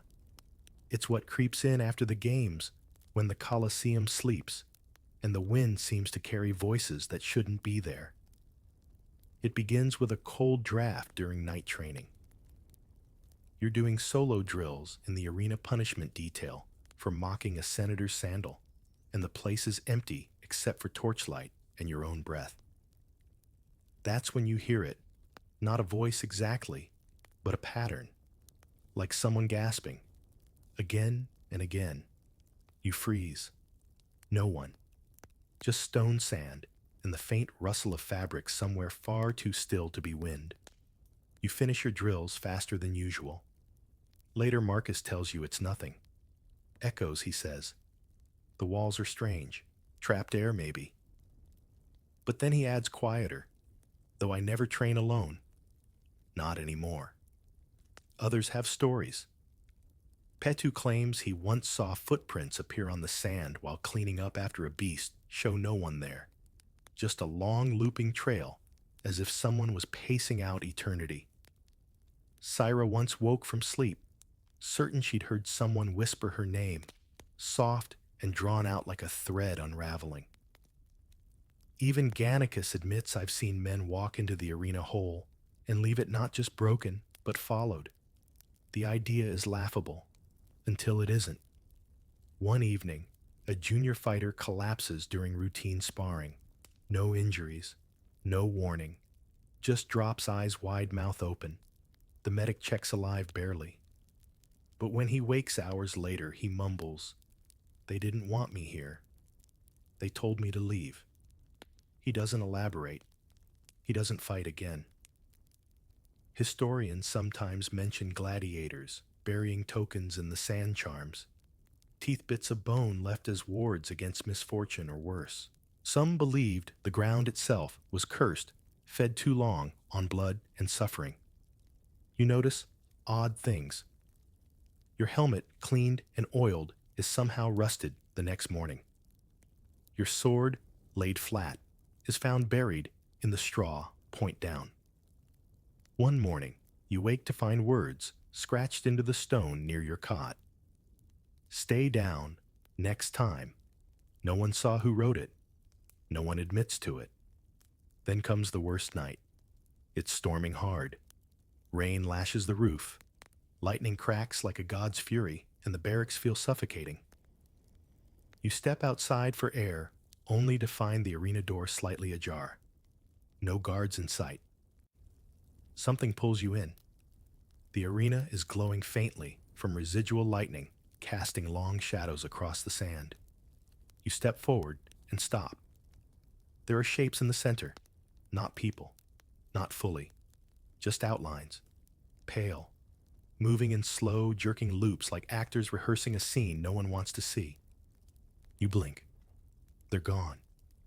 But the sand has footprints, not yours. You back away. Fast. Back in the barracks, Syra is awake. So is Marcus. So is everyone, actually. No one speaks. You all feel it. That night, no one sleeps. The next day, the sand is smoothed. The doors locked. No mention of the storm. No report filed. But you all remember. And now, you understand something whispered in your first week, but never explained. The arena eats more than bodies. It keeps echoes. And sometimes, it speaks. What happens after you've survived the fights, outlived your fame, and finally earned your freedom? There's a ceremony, a wooden sword, a crowd that may or may not remember your name. And then, nothing. No land, no pension, no plan. Because in Rome, surviving the arena isn't the end of your story. It's the beginning of your erasure. You knew it was coming, though you never quite believed it. After your latest match, a dramatic double disarm roaring crowd, 2 thumbs up from different senators, you're summoned to the Lannista's quarters. He doesn't even look up. Just gestures toward a small bundle on the table. Inside, a scroll, a pair of sandals, and a short wooden sword. The Rudies. You're being released. Not as a gesture of love or reward. Just paperwork. Your contract has been fulfilled. Your owner has deemed you complete. You're free. The word doesn't feel real. You wander back to the barracks bundle under your arm. No one claps. No one jokes. A few nods. Syra raises one hand. That's all. Your cot is already being eyed by someone younger. That night you sleep with the rudies on your chest. The next morning, you walk out the front gates for the first time without chains or guards. Rome is louder than you remember. You have nowhere to go. No home. No money. Your old name might be dust. Corvinus is known, sure, but only in relation to blood and screaming. A vendor offers you a free piece of bread. Saw your fight. Big fan. He doesn't ask your real name. You eat in silence. Some freed gladiators find work as bodyguards. Others return to the ludus as trainers. A few vanish into the countryside. One man opened a bakery. Another drank himself into the Tiber. You try them all. None of it fits. You return to the Colosseum once months later. Not as a fighter, just to look. A boy is being coached through his first entrance. His armor squeaks. His hands shake. He looks at the crowd the way you once did. You feel nothing. You leave before the match starts. Syra visits you sometimes. Still fighting. Still winning. She brings figs. You drink cheap wine. She's considering taking the rudies too. You'll hate it, you say. She smirks. Good. I miss feeling something. You don't tell her about the dreams, the sand, the noise, the shadows that whisper from your walls. The rudies gathers dust on a shelf. Historians rarely mention what happened to retired gladiators. The records go quiet. Some were granted land. A few were absorbed into Roman bureaucracy. Most simply, faded. You start telling your story to strangers, in taverns, on street corners. You don't embellish. You don't soften. Some listen. Some call you a liar. One girl cries. You carve your name, your real name, into a wall near the old training yard. No one notices. But for the first time, you feel something that isn't performance. And maybe that's what freedom really is. Not a sword, not applause, just the ability to exist unobserved. You're seated now on the worn stone benches of the Colosseum. 1,000 voices murmur around you. The scent of roasted chickpeas and warm wine floats on the breeze. And somewhere below, a gladiator tightens the straps of his greaves, waiting. But tonight's tale isn't about blood. Not exactly. It's about business. You see, while the crowd chanted for carnage, clever merchants, politicians, and even priests turned every drop of drama into cold, hard cash. Panem circenses, bread, and circuses was never just a ploy to quiet the poor. It was also a market strategy, as brilliant as it was brutal. You can smell the grain before you see it. Cartloads of imported wheat, sometimes Egyptian, sometimes Sicilian, arrive at the city gates just before the games. Distributed for free to citizens as part of the emperor's largesse, this bread is far from a mere snack. It's currency, a loyalty program, and a reason to show up early. Vendors line the surrounding plazas with garlands of garlic and baskets of dates. They know the people will come, not just for blood sport, but for bread.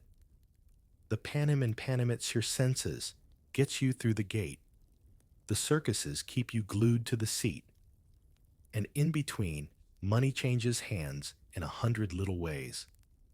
Historians still argue whether this blend of social welfare and entertainment qualifies as a form of soft dictatorship or savvy civic engineering. What's clearer is this: it worked. The Roman poor may have had little voice, but they had a rhythm grain on Tuesday games, on Thursday sleep, when the shouting ends.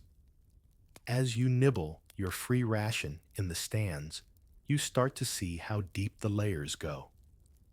The grain itself, shipped through monopolized trade routes guarded by the Navy, stored in state-run granaries, and managed by a bureaucratic class that would make your head spin. Every loaf passed hand to hand through a dozen profit zones before it met your lips. Down below, the gladiators stretch and pose flesh-turned spectacle. But up here, among the seats, real economic drama unfolds. Seats are unofficially tiered by bribes. Ushers take coins to upgrade patrons. Street kids hawk vinegar-dipped breadsticks and fig paste. Someone tries to sell you a wooden figurine of a gladiator you've never heard of. You don't buy it, but the couple behind you does. And that's the point. For every clashing sword below, 10 quieter deals happen above. Bread is handed out freely, but its cost echoes through every aspect of Roman logistics. The circuses, meanwhile, are free to enter, but far from free to leave untouched. You walk away, having spent a day's wage on snack scrolls and maybe a crude little painting of your favorite fighter. Remember that loaf you bit into earlier. It wasn't just wheat and water. It was propaganda, trade taxation, and public morale all kneaded into one. Sleepy, yet don't worry. There's more. What if your investment portfolio included a team of sweaty, sword-wielding slaves? And what if watching one of them lose an eye could double your return? Welcome to Rome's most brutal business strategy, where prestige meets profit, and gladiators become the stock picks of the rich. You trudge along a marble corridor behind the Colosseum, following the heavy clinks of chainmail and iron. Not for battle, for bookkeeping. This isn't the public side of the games. It's the private corridor of a ludus or gladiator school, owned by one of Rome's shrewder senators. And he's not in it for the screams. He's in it for the numbers. The training of gladiators wasn't a civic duty. It was a commercial operation. Elite Romans, those with wealth to burn and reputations to buff, would purchase, lease, or invest in these gladiatorial schools with all the enthusiasm of modern venture capitalists. Ludus Magnus, the largest and most famous school in Rome, sat right next to the Colosseum, its underground tunnels linking the training yard to the arena. Convenient? Yes. But more importantly, cost-effective. Each gladiator was an asset. His fighting skills, crowd appeal, and physical condition were logged, assessed, and adjusted like figures on a ledger. If a fighter had a winning streak, his market value soared. Lose too often, and he became a liability. Some were traded between ludi others, leased to distant provinces. Contracts might even stipulate how many fights he was expected to survive. You pause at a doorway, where two men argue over the muscle condition of a myrmidon named Gaius. One is the trainer drenched in sweat and curses. The other is an investor in a spotless, purple-bordered toga, holding a wax tablet covered in scribbled stats. It's not so different from Wall Street, except the assets bleed.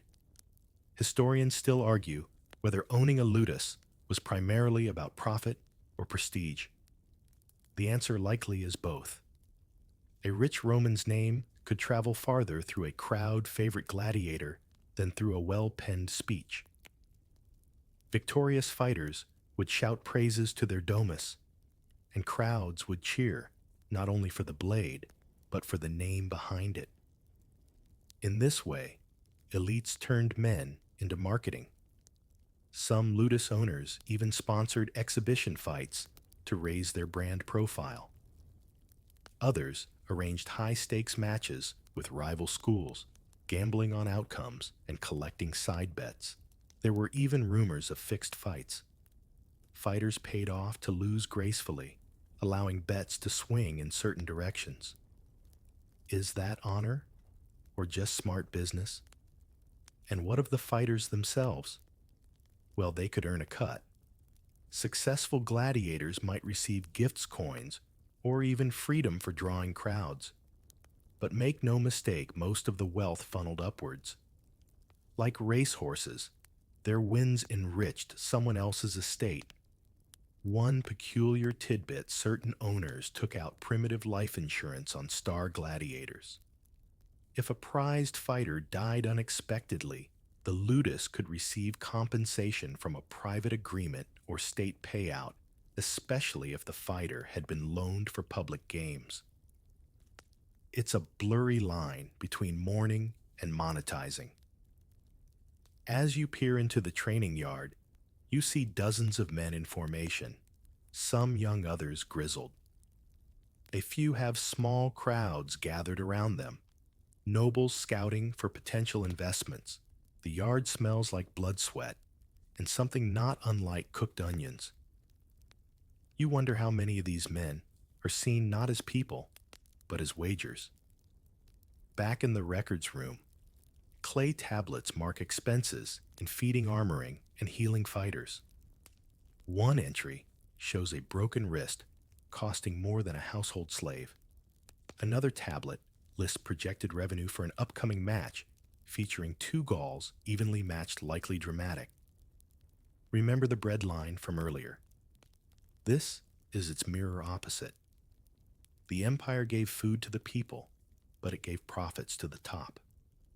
For every crust handed out, there was a contract signed, a budget, balanced, a fight scheduled. Gladiator combat wasn't just a spectacle, it was an ecosystem of earnings. You step outside into the Roman sun, half dazed by the arithmetic of violence. Nearby, another ludus advertises free demonstrations to potential sponsors.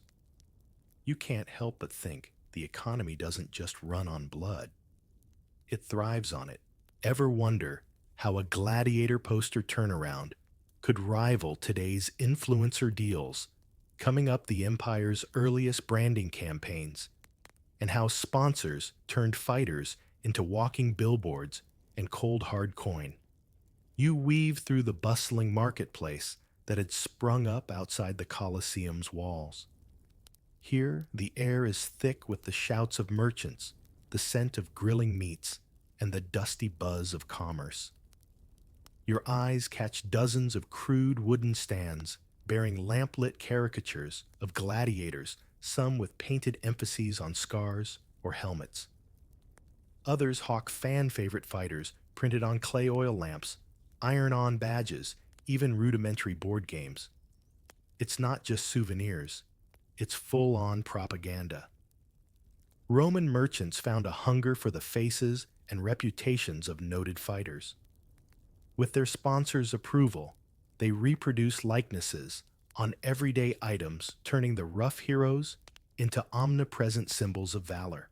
Posters, simple clay plaques, or cloth banners advertised upcoming matches with bold names like Marcus the Mighty or Lucius the Unbroken.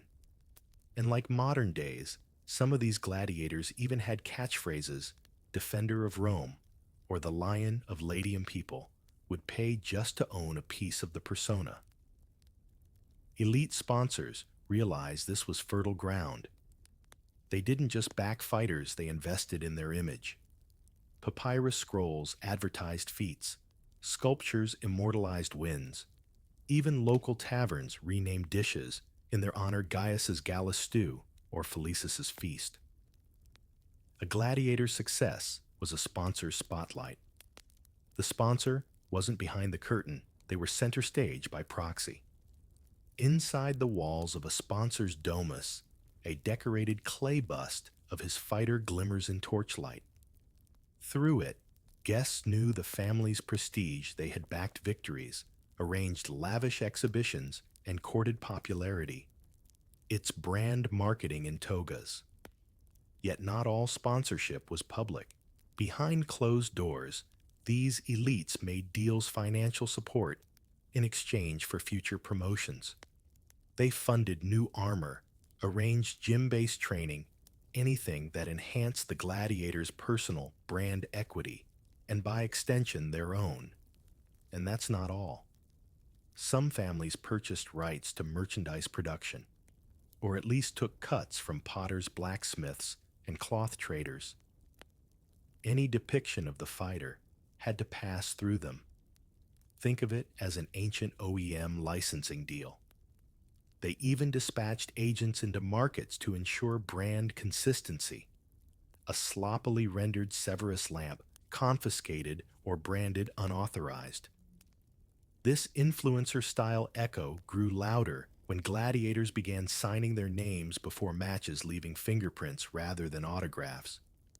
Fans snapped up small clay tokens, oil lamp handles, and even hair combs stamped with their fighter's brand. That touch made it authentic, and authenticity sold. But with influence came controversy. Rival sponsors complained of overexposure of gladiators becoming corporate tools rather than heroes of the faith. Scrolls passed anonymously, decrying the commercial corruption of the sacred arena. Some elite senators even proposed regulation, but their petitions got buried in more profitable legislation. In the darker corners of the market, further deals lurked. Children's toys based on famous fighters became popular, but they weren't always kid-friendly. Some toys featured miniature swords, helmets, even tiny blood spatters. These playsets sparked debates. Was this innocent play or early weapon desensitization campaigns? And yet it worked.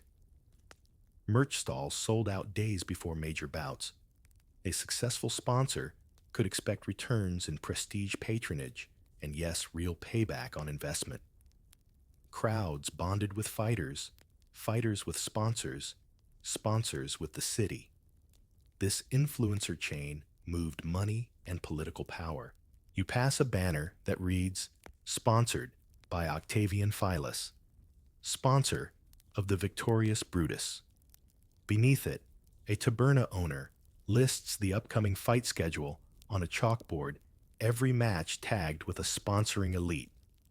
Names changed more often than the menu tonight's main event, Secundus the Bold, underwritten by the Domitius family. A young painter near you sketches a gladiator's likeness, his brush coursing over stripes and scars. He's paid by the sponsors, not for art, but for propaganda. These artists circulated visuals far beyond the Colosseum's reach, imbuing everyday life with gladiator god imagery. The effect sponsors were in every home, every hearth. By the time you exit the crowd, you realize the fight isn't on the sand, it's in the market. Every item, every booth, every banner is layered with motives. Fans aren't just cheering, they're paying spreading word and forging brand loyalty. Like a modern sports franchise, but with swords and sand and sometimes spilled blood. That's the magic of gladiator sponsorship. A fusion of spectacle and marketing, with Rome's powerful families writing themselves into legend, one fight at a time. Before Marvel toys and TikTok dances, who were the original pop culture idols? What if your oil lamp doubled as a collectible? Next, we dive into the ancient gift shop, where bruises sold better than beauty and gladiators starred in the empire's strangest merchandise boom. Picture yourself on a dusty side street near the Circus Maximus. The games are over for the day, but the market's still humming. Stalls flicker with torchlight. Hawkers shout exaggerated names. Thrax the Thunderer, get your Thrax figurines, and children dart between legs clutching tiny wooden gladiators. It's not a dream. It's product placement 2,000 years early. Rome's merchandise craze didn't wait for the printing press. Potters, weavers, carvers all jumped at the chance to immortalize the empire's most popular warriors in clay cloth and wood. You glance at a merchant's table. There's a wax comb, shaped like a secutor's helmet. A bronze ring, engraved with the face of a retiarius mid-swing. Tiny daggers carved in bone. These weren't just trinkets, they were identity. Owning a piece of your favorite gladiator, especially if he was undefeated, was a bit like holding a lucky charm. Some people believed a mini statue of a famous fighter brought protection in battle luck in childbirth or romantic success.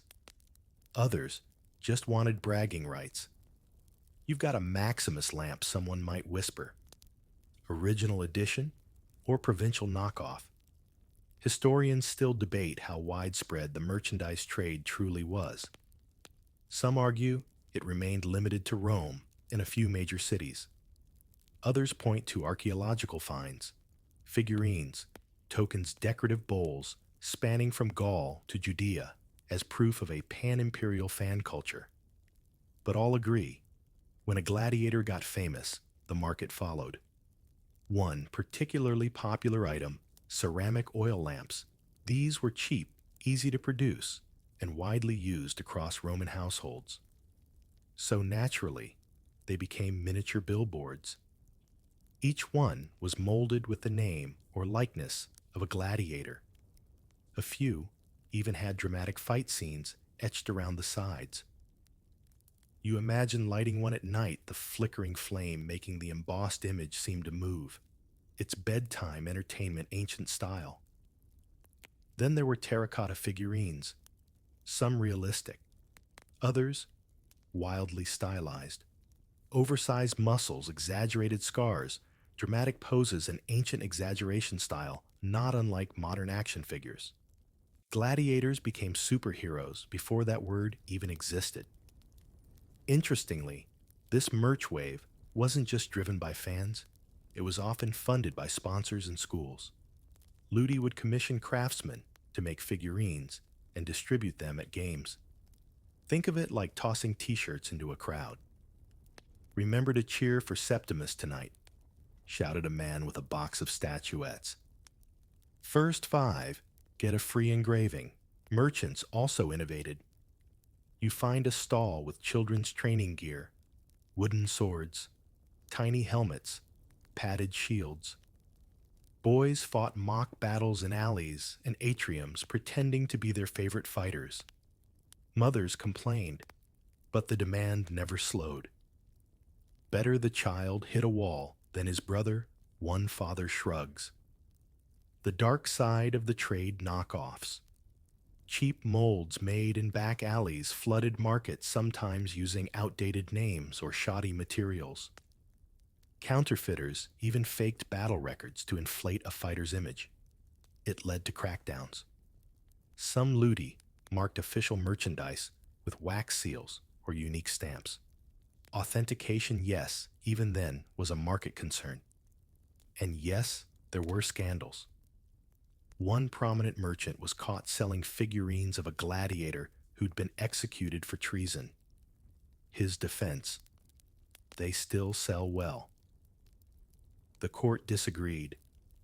Even taverns got in on the trend. Drinkware carved with gladiator motifs became the talk of the street.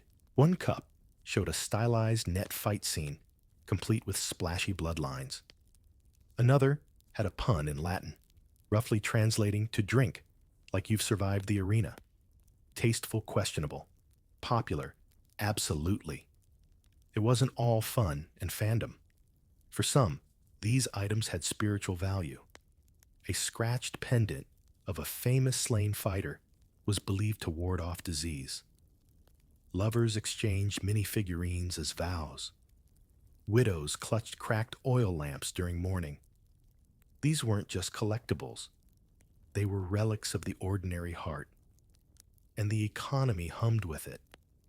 Merch made gladiators more than warriors. They became brands, hope's tokens of luck, and above all, profit. You wander through this moonlit market, marveling not just at the artistry, but at the eerily familiar feeling people consuming heroes. So next time you see a plastic wrestler in a vending machine, remember this alleyway in Rome. The empire had its influencers, and you could buy them by the dozen. They said it was illegal. They said it was immoral. But that didn't stop half of Rome from doing it. Up next, a slippery web of secret handshakes, coded bets, and barroom whispers. Because where there's a fight, there's always someone betting on blood. You're back in the dim belly of a Roman tavern, barely lit by a pair of low-burning lamps. The walls sweat with moisture and gossip. Someone slams a wooden cup onto a counter. 5 sesterces on the Thracian. The bartender raises an eyebrow, doesn't write it down, but his nod means the wager's taken. You're not officially allowed to gamble on gladiator fights, but nobody here seems concerned. Betting in ancient Rome didn't need stadium seating. It needed nerve rumor and a little plausible deniability. Technically, gambling on public events like the games was frowned upon, and under certain emperors, even punishable. But in reality, the practice thrived, especially in neighborhoods like this, where innkeepers doubled as informal bookies, and everyone pretended it was all just conversation. A rough chart hangs behind the bar. Names of popular fighters. Next to each a symbol, a thumbs up, a dagger, a lion paw. Each symbol represents odds, or at least something like odds. Patrons who know the code know where to place their coin. Historians still argue whether Rome had formalized odd systems like our bookmakers today, or if everything operated through word-of-mouth hunches and personal bias.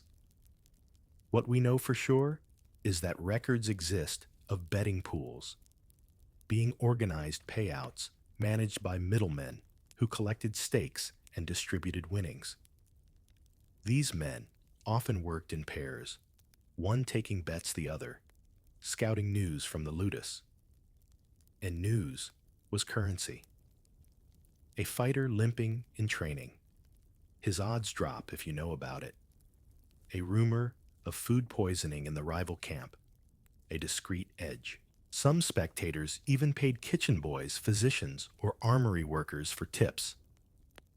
Call it insider trading Roman edition. You notice a cluster of men huddled near the back table, whispering over a wax tablet. They're recalculating a bet. One man just returned from the training grounds and saw something he won't say what, but it changes everything. His friend groans, updates his stake. All very casual, all very not legal. This wasn't just for the elite. Slaves bet too, often with borrowed coin or promises of labor. If they won, they might afford a trinket a meal, or even a night off. If they lost, their owners paid the debt, then charged double in punishment. Still, the allure of winning was worth the risk. Children mimicked the system.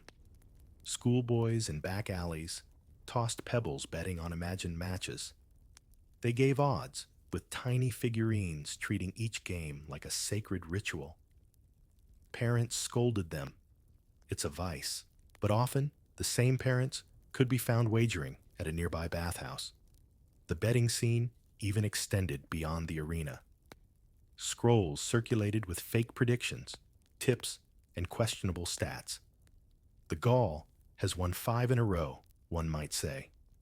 But beware, his sword hand is cursed. Some used astrology to pick fighters. Others consulted dream interpreters. A man once swore he'd seen a vision of his fighter dying. He bet against him. Won a fortune. Retired early. What's most surprising? The economy didn't just tolerate this. It fed it. Taverns thrived on betting nights. Wine sales spiked. Bread ran out. Side industries emerged. Bodyguards, moneylenders, bet verifiers. Rome may have denied the betting officially, but its coins told another story. Some ludi even played along. Quietly. They'd leak training details or schedule matches based on rumors. A favored fighter might train poorly in public only to stun the crowd later. The money flowed, and the audience came back hungry for more. Eventually, the Senate tried to crack down. A series of edicts forbade gambling on the games, with violators punished by fines, exile, or lashings. Posters were hung. Bookie houses were raided. For a while, things went quiet, but only on the surface. The betting moved to bathhouses, wine cellars, and shady alleys. A tavern switched from verbal bets to cup placements. Leave your cup upside down near a nameplate, and that's your wager. If caught, you were just clumsy. By now, the names themselves carried reputations. Cassius the Red was a safe bet, rarely flashy, always survived. Felix the Fool drew big wagers for his unpredictability. Nero's Ghost. Everyone knew to bet against him, unless he was due for a comeback, in which case the payout would be enormous. And sometimes the fighters got involved. There are whispers of deals, made fighters agreeing to lose or drag out fights, depending on who paid more. One notorious case involved a wealthy sponsor betting against his own gladiator and winning big. The fighter survived, of course, just with fewer teeth. By the end of the evening, coins have passed through a dozen hands. No records, no paper trail, just nods, curses, cheers, and a few empty chairs where people once sat. Whether they lost big or went to celebrate, who knows? What matters is this betting wasn't just a side hustle. It was a thriving, pulsing artery in Rome's entertainment economy. And like most vices, tolerated, disguised, and impossible to kill. You step back into the cool night, your ears still ringing with the quiet buzz of wagers whispered over wine. In a city of laws, sometimes the most profitable businesses are the ones that pretend not to exist. You've heard of prime time ads and holiday sales, but what if the most profitable shopping days in Rome revolved around spilled blood? In this next chapter, we head beyond the arena, where the real drama plays out among auctions, price wars, and the buying and selling of human lives. It's game day in Rome. You can feel it in the buzz of the crowd, the food carts creaking under fire-roasted sausages, the streets swept clean, banners rippling in the breeze. But follow the noise away from the Colosseum's gates and down a less crowded side road, and you'll find something more unsettling than snack vendors and souvenir stalls the auctioneers block. A makeshift stage, just a few planks of wood, stands under a crimson canopy. Around it, merchants, aristocrats, and grim-faced estate managers gather with tablets and styluses in hand. Today isn't just for games, it's for business. And business in this case means people. Slave auctions on game days weren't just coincidence. They were strategy. The influx of crowds, wealth, and regional visitors turned match days into the perfect time to showcase new stock. War captives, criminals, and debtors shuffled onto the stage wrists, bound faces dusted with powder to hide fatigue. If they were lucky, they'd be bought for household work. If not, they might end up in a ludus. Historians still argue whether these auctions were official city events or organized independently by slave trading guilds. The proximity to the games, though, suggests some level of coordination. A crowd already gathered for the spectacle was ripe for other entertainments and temptations, especially those that promised exotic bodies or strong arms. One elderly man beside you nudges a friend. "That one looks like a Thracian," he mutters, squinting at a broad-shouldered youth, trembling under the Roman sun. Bet he's cheap after the last revolt. His friend just snorts and makes a note. And there's the cruel truth. Prices were mood-driven. A recent slave rebellion. Values drop. A lull in wars. Prices spike, fewer new captives entering the market. Traders track these shifts, carefully manipulating scarcity, making alliances with generals, or even sponsoring their own gladiator fights to advertise strong stock. The auctions often opened with the most marketable candidates, healthy young men and women trained in language, music, or medicine. Some wore placards around their necks listing skills: cooks, scribes, seamstresses, nurses. But it wasn't all noble professions. A whisper along the edge of the crowd: "She's from Alexandria, great for the baths." Buyers with darker intentions made their rounds too. Next came the fighters, not yet trained, but with the right build, the right scars, the right story. This one lifted a cart with one hand, a seller claims. This one bit a man's ear off. Each tale aimed to spark the attention of a ludus scout or an ambitious sponsor. And yes, sponsors did shop here, quietly, sometimes masked, sometimes through intermediaries. They'd examine the teeth test, the grip ask for small feats of strength. The scouts for the great gladiator schools would flick a finger, and just like that, a life would change trajectory from field laborer to possible crowd favorite, or corpse. One peculiar practice: some auctions timed themselves to end just as the games began. Why the roar of the arena could be heard in the distance, a psychological prod that reminded buyers exactly what this market fed into: the applause for a kill. That's your investment echoing back. A murky side business also thrived here: quick flips. A trader would buy a slave at one auction and sell them hours later at another, sometimes in a different toga, with a more dramatic backstory. False scars were etched into skin, teeth darkened with soot to appear more rugged. Fresh from Germania, one seller lies. The man doesn't even speak the language. Nearby, a boy no older than 12 is sold in under a minute. His price is low. He limps. No one asks why. His buyer, a seamstress who needs a new thread runner.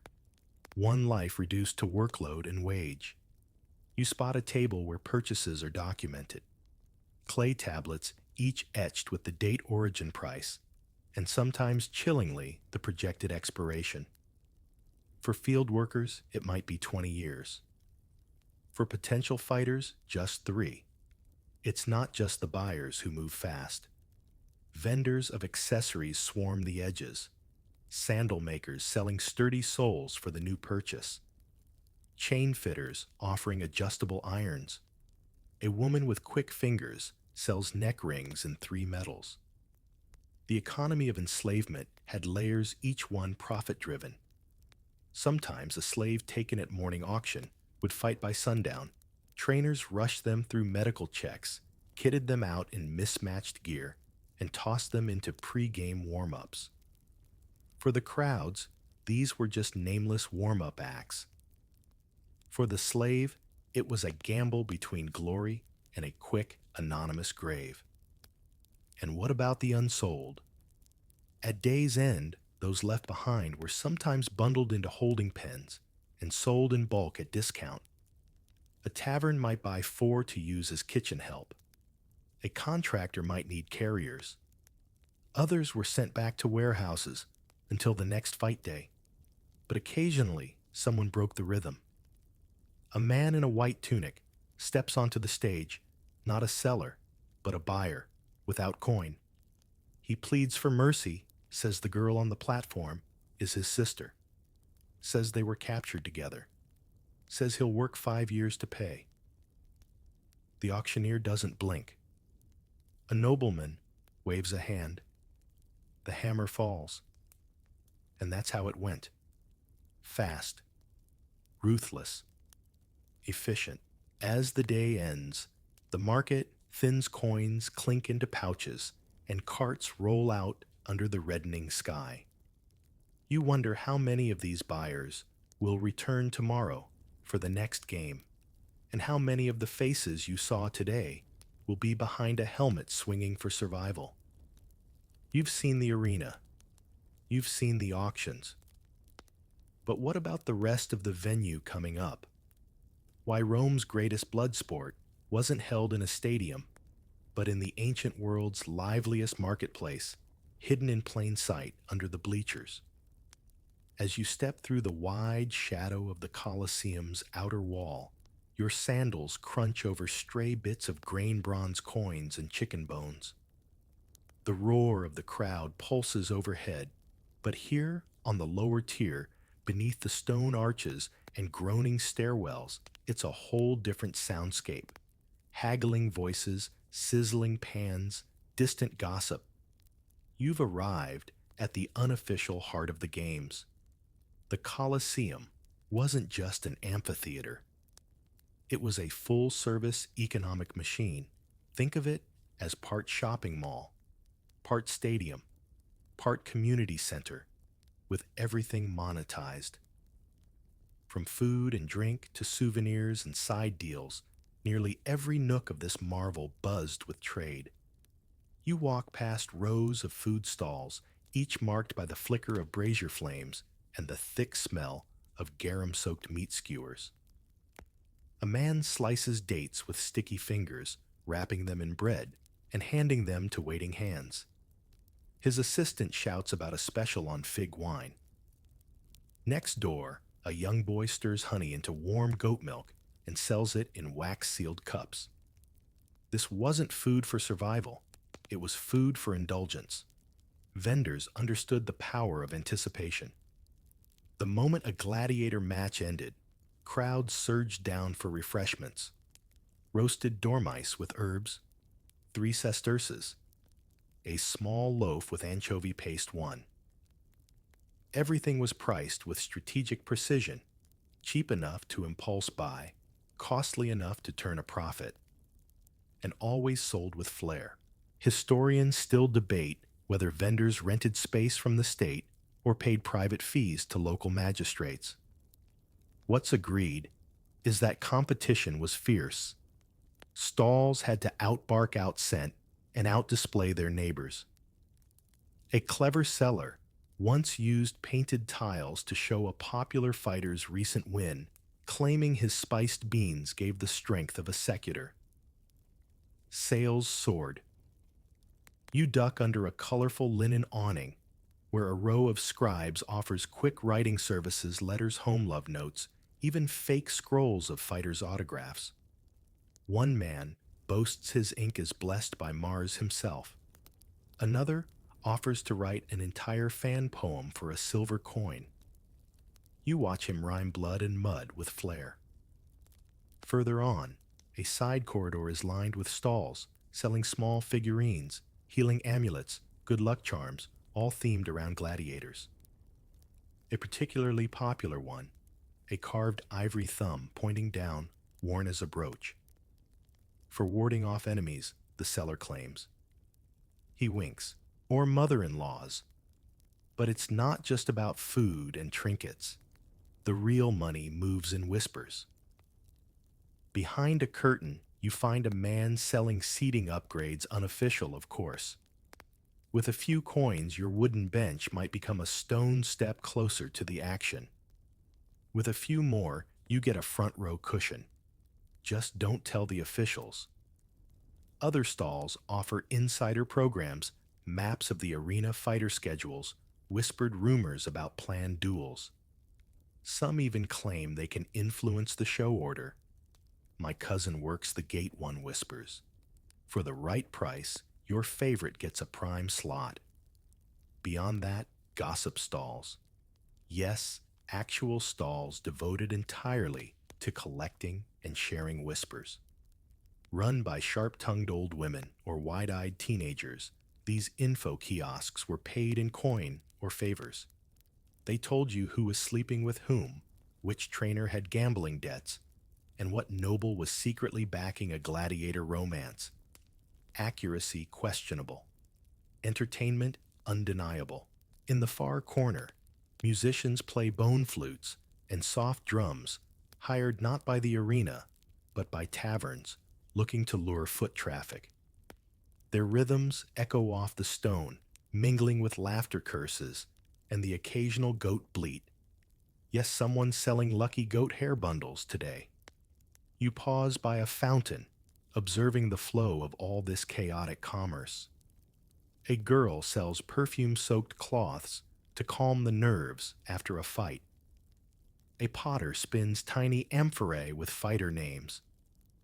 A man with a wooden tray shouts about instant hangover cures, though judging by his hiccup, he might be his own best customer. Even the public toilets, those stone-lined communal ones, had economy. Boys handed out damp cloths. One offered reading scrolls.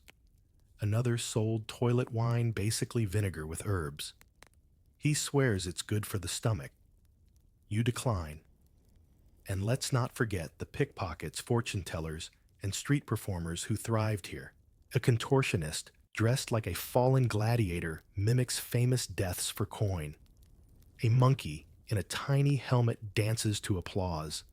Every laugh or gasp adds another drop to the Colosseum's economic river.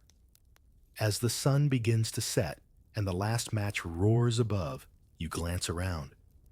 The arena may have soaked the sand in blood, but down here, in the half-shadowed chaos of vendors and dream sellers, the true life of the city thrived. It wasn't just a spectacle. It was survival, sales, social climbing.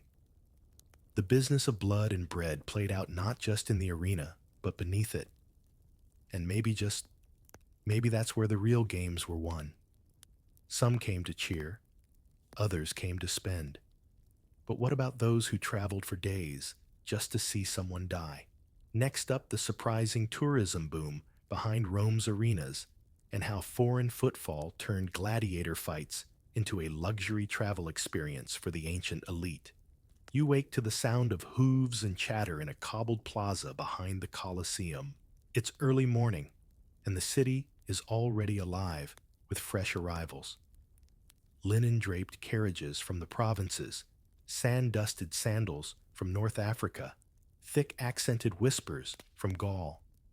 It's not a festival, it's just another fight day.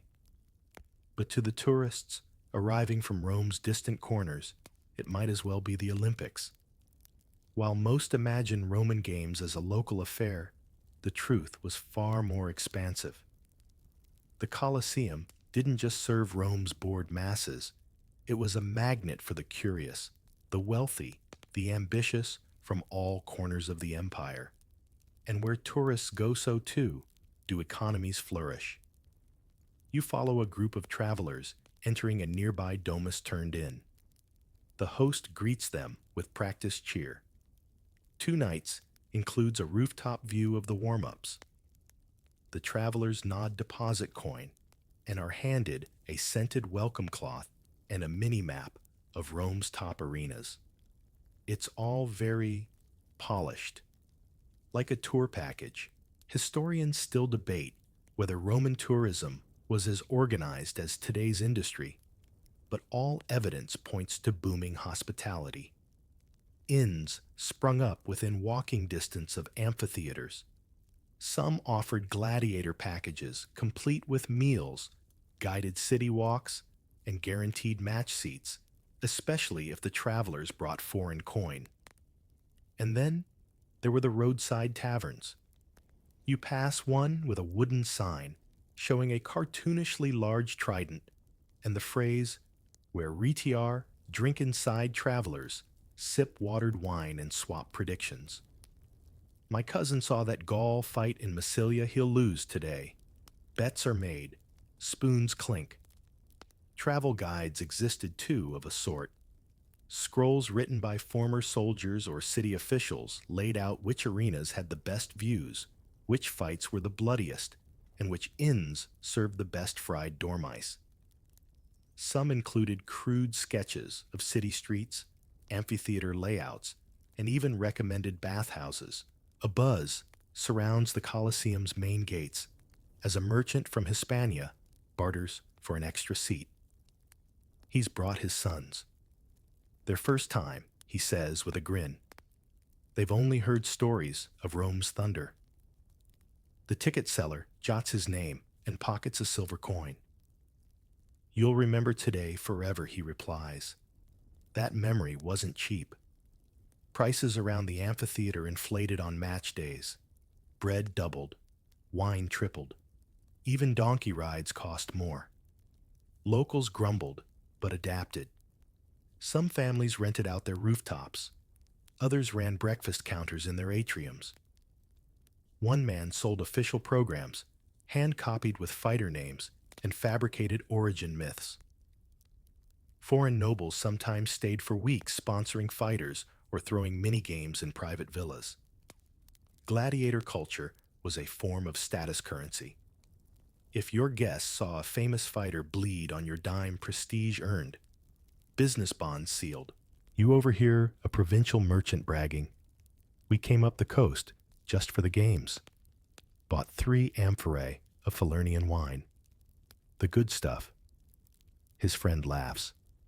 You'll forget the wine. You'll remember the kill. Both nod solemnly. Some travelers, especially the young and noble, saw it as a rite of passage. Before they governed provinces or commanded legions, they had to stand in Rome's arena crowd, see a man die, hear the cheer, understand what it meant to rule an empire built on spectacle. For others, it was a religious or superstitious journey. They believed witnessing a victorious gladiator, especially one dedicated to Mars, brought fortune, fertility, or healing. A woman beside you clutches a small statue of the god and whispers prayers before each match. Her eyes never leave the sand. One peculiar tidbit: certain inns had fighter-themed rooms. The Dacian suite featured red linens and crossed blades on the wall. The Bestiarius chamber had leopard print cushions and painted lion paws. It was kitsch, and it sold out fast. Of course, not all tourism was high class. You pass a makeshift camp of lower-income visitors outside the city wall. They've brought their own food, drink, and bedding. Tonight they'll trade stories and songs beside a campfire. Tomorrow they'll cheer just as loud as the nobles in the marble seats. And through it all, Rome's economy swells. More mouths to feed, more beds to offer, more wares to sell. A local boy runs through the street shouting, "Last chance, get your arena suites." His basket is already half empty. He grins at the coin you toss him. By midday, the streets are packed. Accents clash, carts jostle. A Macedonian family poses with a hired gladiator in full gear, paying extra for a second photo. 2 Gaulish traders buy matching tunics, bearing their favorite fighter's emblem. An Egyptian priest stands silently, eyes closed, murmuring a blessing for the man he's backed. As the horns sound and the crowd surges forward, you look back at the innkeepers, vendors, and performers lingering in the dust. They've done their part. The tourists came. They spent. They will return. Because the arena is more than a fight. It's a destination. And business, as always, is booming. Location, location. Profit. Why did some tavern owners suddenly get rich after a new arena opened? And what made a room with sandblood views? The Roman version of beachfront property. Next, we unpack the ancient real estate boom, sparked by gladiator games.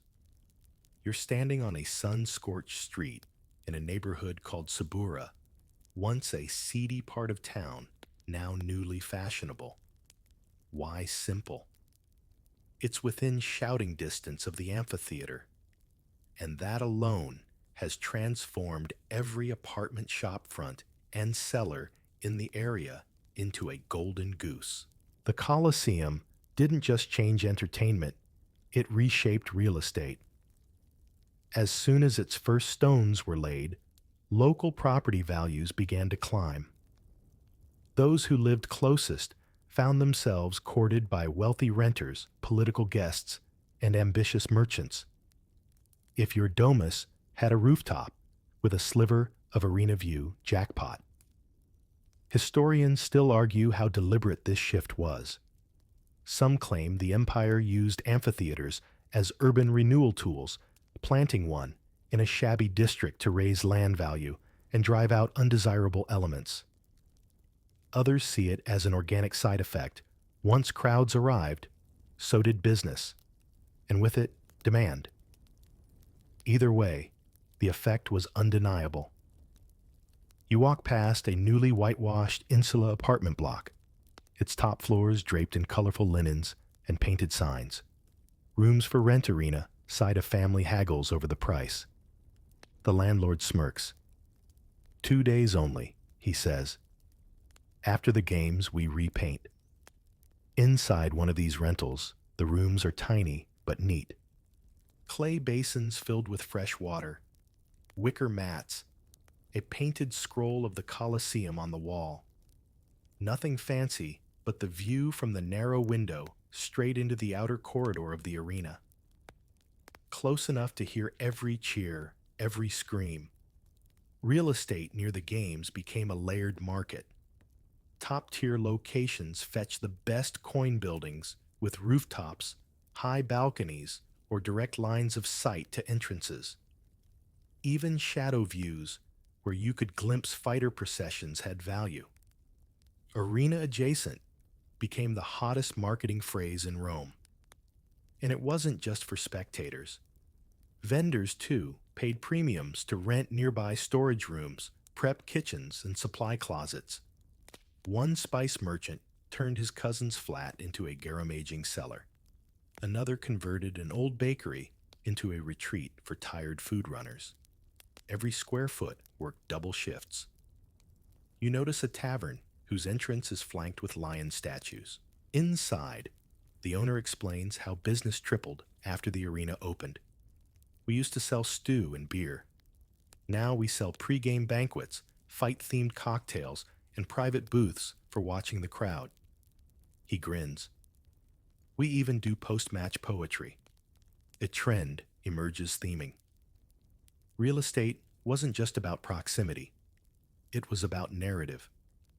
Gladiator Garden Apartments featured murals of legendary battles. Bestiary House claimed to house the ghost of a lion trainer. Landlords leaned into the mythos, sometimes fabricating entire histories to make their rooms more alluring.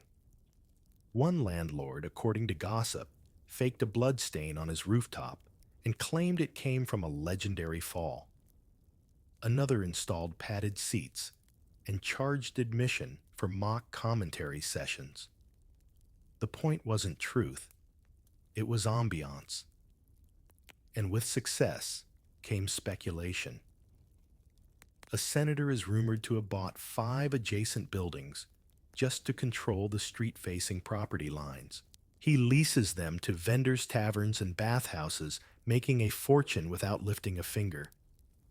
Passive income, the locals call it, with admiration and envy.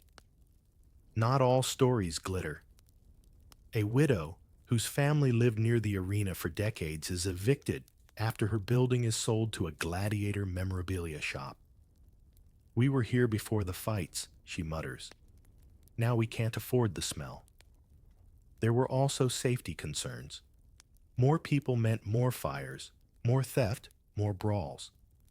The city attempted to regulate rentals, limit crowding, and enforce building codes. But enforcement was inconsistent. When money talks, scrolls go unread. Further from the arena, a different dynamic unfolds. Streets, once sleepy, now pulse with activity.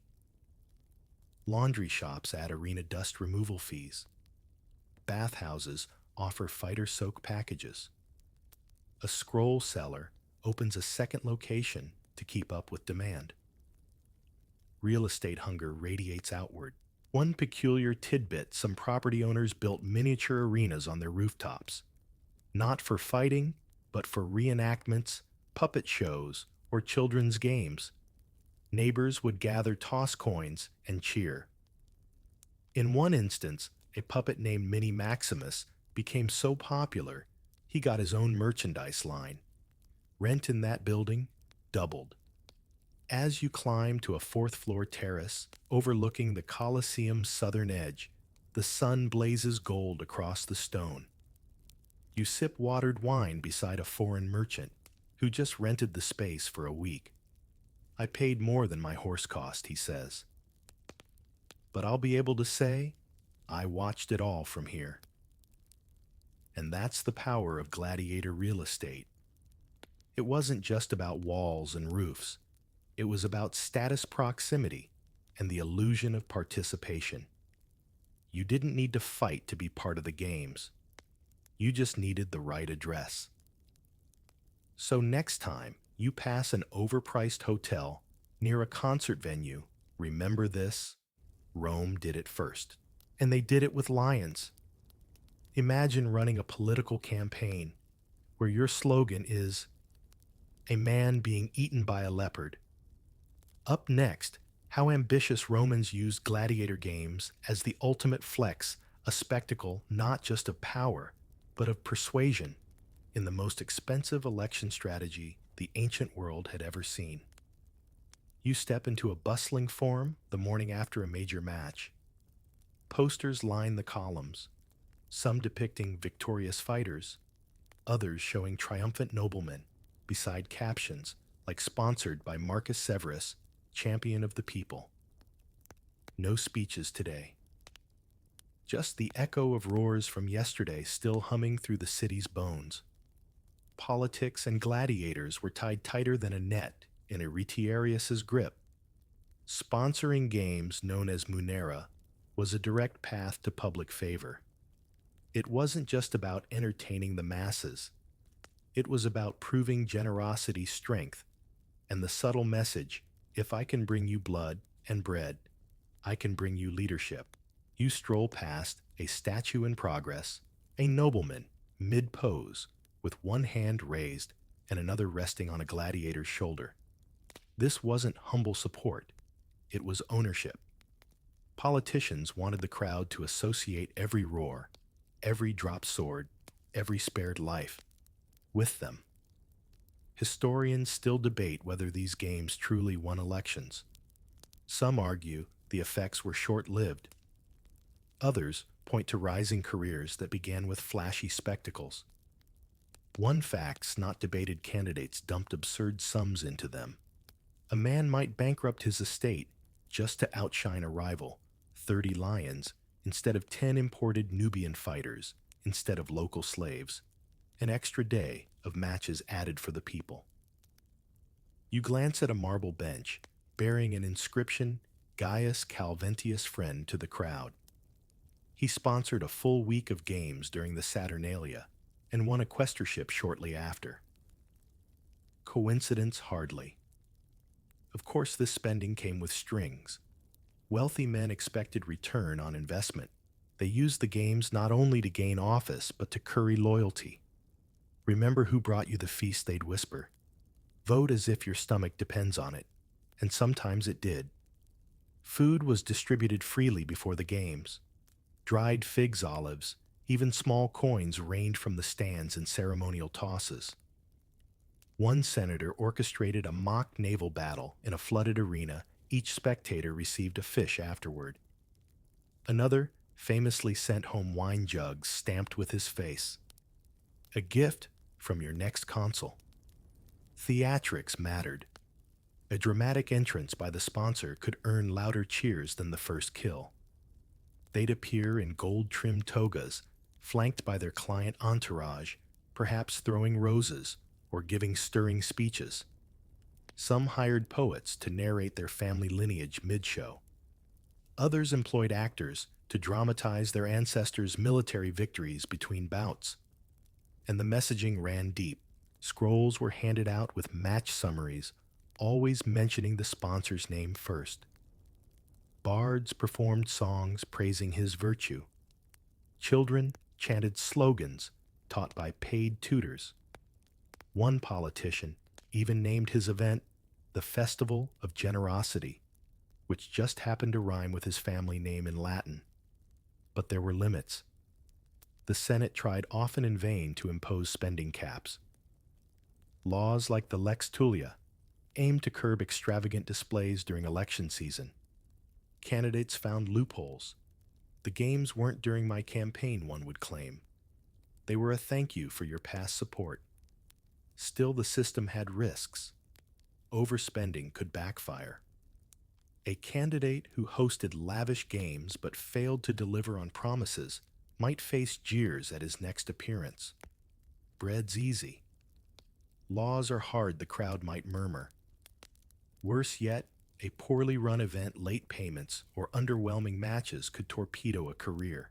One peculiar case, a man named Lucius Flaccus, attempted to stand out by organizing a game with all female gladiators. It drew a crowd, but also scandal. Senators debated propriety. Conservative factions balked. Lucius won fame, but lost the vote. Not all PR is good PR. And it wasn't just Rome. Provincial cities copied the model. Local leaders in Gaul Hispania and Egypt threw their own games, sometimes bankrupting towns in the process. Roman citizenship came with responsibilities, and one of them, apparently, was ensuring lions were well fed. The crowd wasn't naive. They knew when they were being courted, but they didn't mind. In fact, they leaned into it. Chanting a sponsor's name during a particularly good match became tradition. Children sang parody songs that praised one politician while mocking another's two-lion budget. As the day wears on, you pause beneath a shaded colonnade where two older men play dice and chat. Remember when Balbus tried to win with just dancers, one asks. Pa. No one even stayed for the finale. They laugh. Now that Decimus, he knew how to buy loyalty. 10 elephants. Real elephants. And just like that, the point is clear. In Rome, power wasn't just about lineage wealth or military strength. It was about presence, about commanding a stage. And nothing gave you more stage than the arena. So the next time you hear campaign music or see confetti fall from a parade float, remember Rome did it first. And they did it with swords. How do you turn death into a debutante ball? What happens when mourning becomes marketing and funerals feature combat? Coming up, why wealthy Romans staged blood-soaked send-offs, and how these private gladiator games became the empire's strangest status symbol. You're walking through a quiet neighborhood in the Esquiline Hill district. The street is unusually tidy, the houses hushed, but then you spot the garlands, red and black, looped across a doorway. Two hired musicians tune lyres beside a wine seller's cart. A sign reads, "In honor of Tullius Varro Games at noon." You haven't stumbled on a festival. You've found a funeral. In wealthy Roman circles, death was never just a farewell. It was a final performance. And for the elite, a well-curated funeral could cement a family's legacy. How by staging private gladiator matches in honor of the deceased? These weren't state-run events. They were personal tributes, with swords. Historians still debate the origin of this morbid tradition. Some say it evolved from Etruscan blood rites meant to appease the spirits. Others argue it was simply a natural Roman extension of public spectacle. What's certain is that by the late Republic, funeral games, ludi funebres, had become a booming sub-industry. You enter a small courtyard, transformed into an arena. Sand has been spread over marble tiles. Raised seating, just a few rows, has been hastily built. Guests sip watered wine from painted goblets, their togas still crisp. They murmur polite gossip, while musicians play a mournful tune. The family of the deceased sits at the front, flanked by painted portraits and flower wreaths. But all eyes are on the fighters warming up near the garden wall. These weren't just any brawlers. Sponsors sought seasoned fighters, dramatic rivalries, and exotic origins. The goal was to impress, to honor the dead with grandeur. He lived well, someone might say, and he died surrounded by bravery. And if the match stirred a few tears or gasps, all the better. One noblewoman whispers about a past funeral match where two fighters staged a final embrace before one delivered the fatal blow. Poetic, she says. Just what old Varro would have wanted. You find a small vendor near the back entrance, selling souvenirs, tiny brooches marked with the family crest, amphora-shaped keepsakes with the date etched into the base. A child nearby holds a papyrus fan bearing the phrase, "Strength honors the departed." The economic ripple is obvious. Caterers, musicians, carpenters, armorers all find steady income in funeral events. Some families even hired poets to narrate the matches live, turning each bout into a mini epic. Behold, Lentulus falls, but not before denting his opponent's shield like the weight of sorrow itself. It wasn't just pageantry. These games were calculated. Families used them to maintain political relevance, attract new patrons, and demonstrate wealth. A funeral with games signaled power. And for younger heirs, it was also a message our name still matters. One curious case, a minor senator's son staged 10 matches and a lion mauling in his father's honor, despite his father having been terrified of animals. The guests knew. They didn't care. The gesture was the point. And guests weren't just spectators. Some were expected to donate bid on fighter memorabilia or pledge support for the family's next political bid. A quiet funeral missed opportunity. Yet not all went smoothly. Occasionally, disputes erupted over fighter fees, match outcomes, or seating arrangements. One infamous funeral ended with 2 guests dueling over a spilled wine jug. The family, trying to save face, turned it into a bonus match. The crowd cheered. A sword was borrowed. History was made. Children played in the dirt outside, reenacting the matches with sticks. "I'm the Samnite," one yells. "You be the dead guy." Nearby, an old man sells honey cakes shaped like gladiator helmets. 2 for 1. If you say something nice about Vero, he jokes. As the match begins, drums beat slow and heavy. The fighters clash steel ringing against shield, the sound echoing through the courtyard. A guest wipes away a tear, not for grief, but for nostalgia. "Reminds me of my uncle's funeral," she whispers. And when the final blow lands, the crowd erupts in polite applause. Not wild, not frenzied, but appreciative. They've seen bravery. They've honored a man. They've also had lunch, made new connections, and picked up some charming mementos. All in all, a successful death. As the sun dips low, guests begin to disperse. Scrolls are handed out, listing the fighters' names, the family's history, and a note of thanks.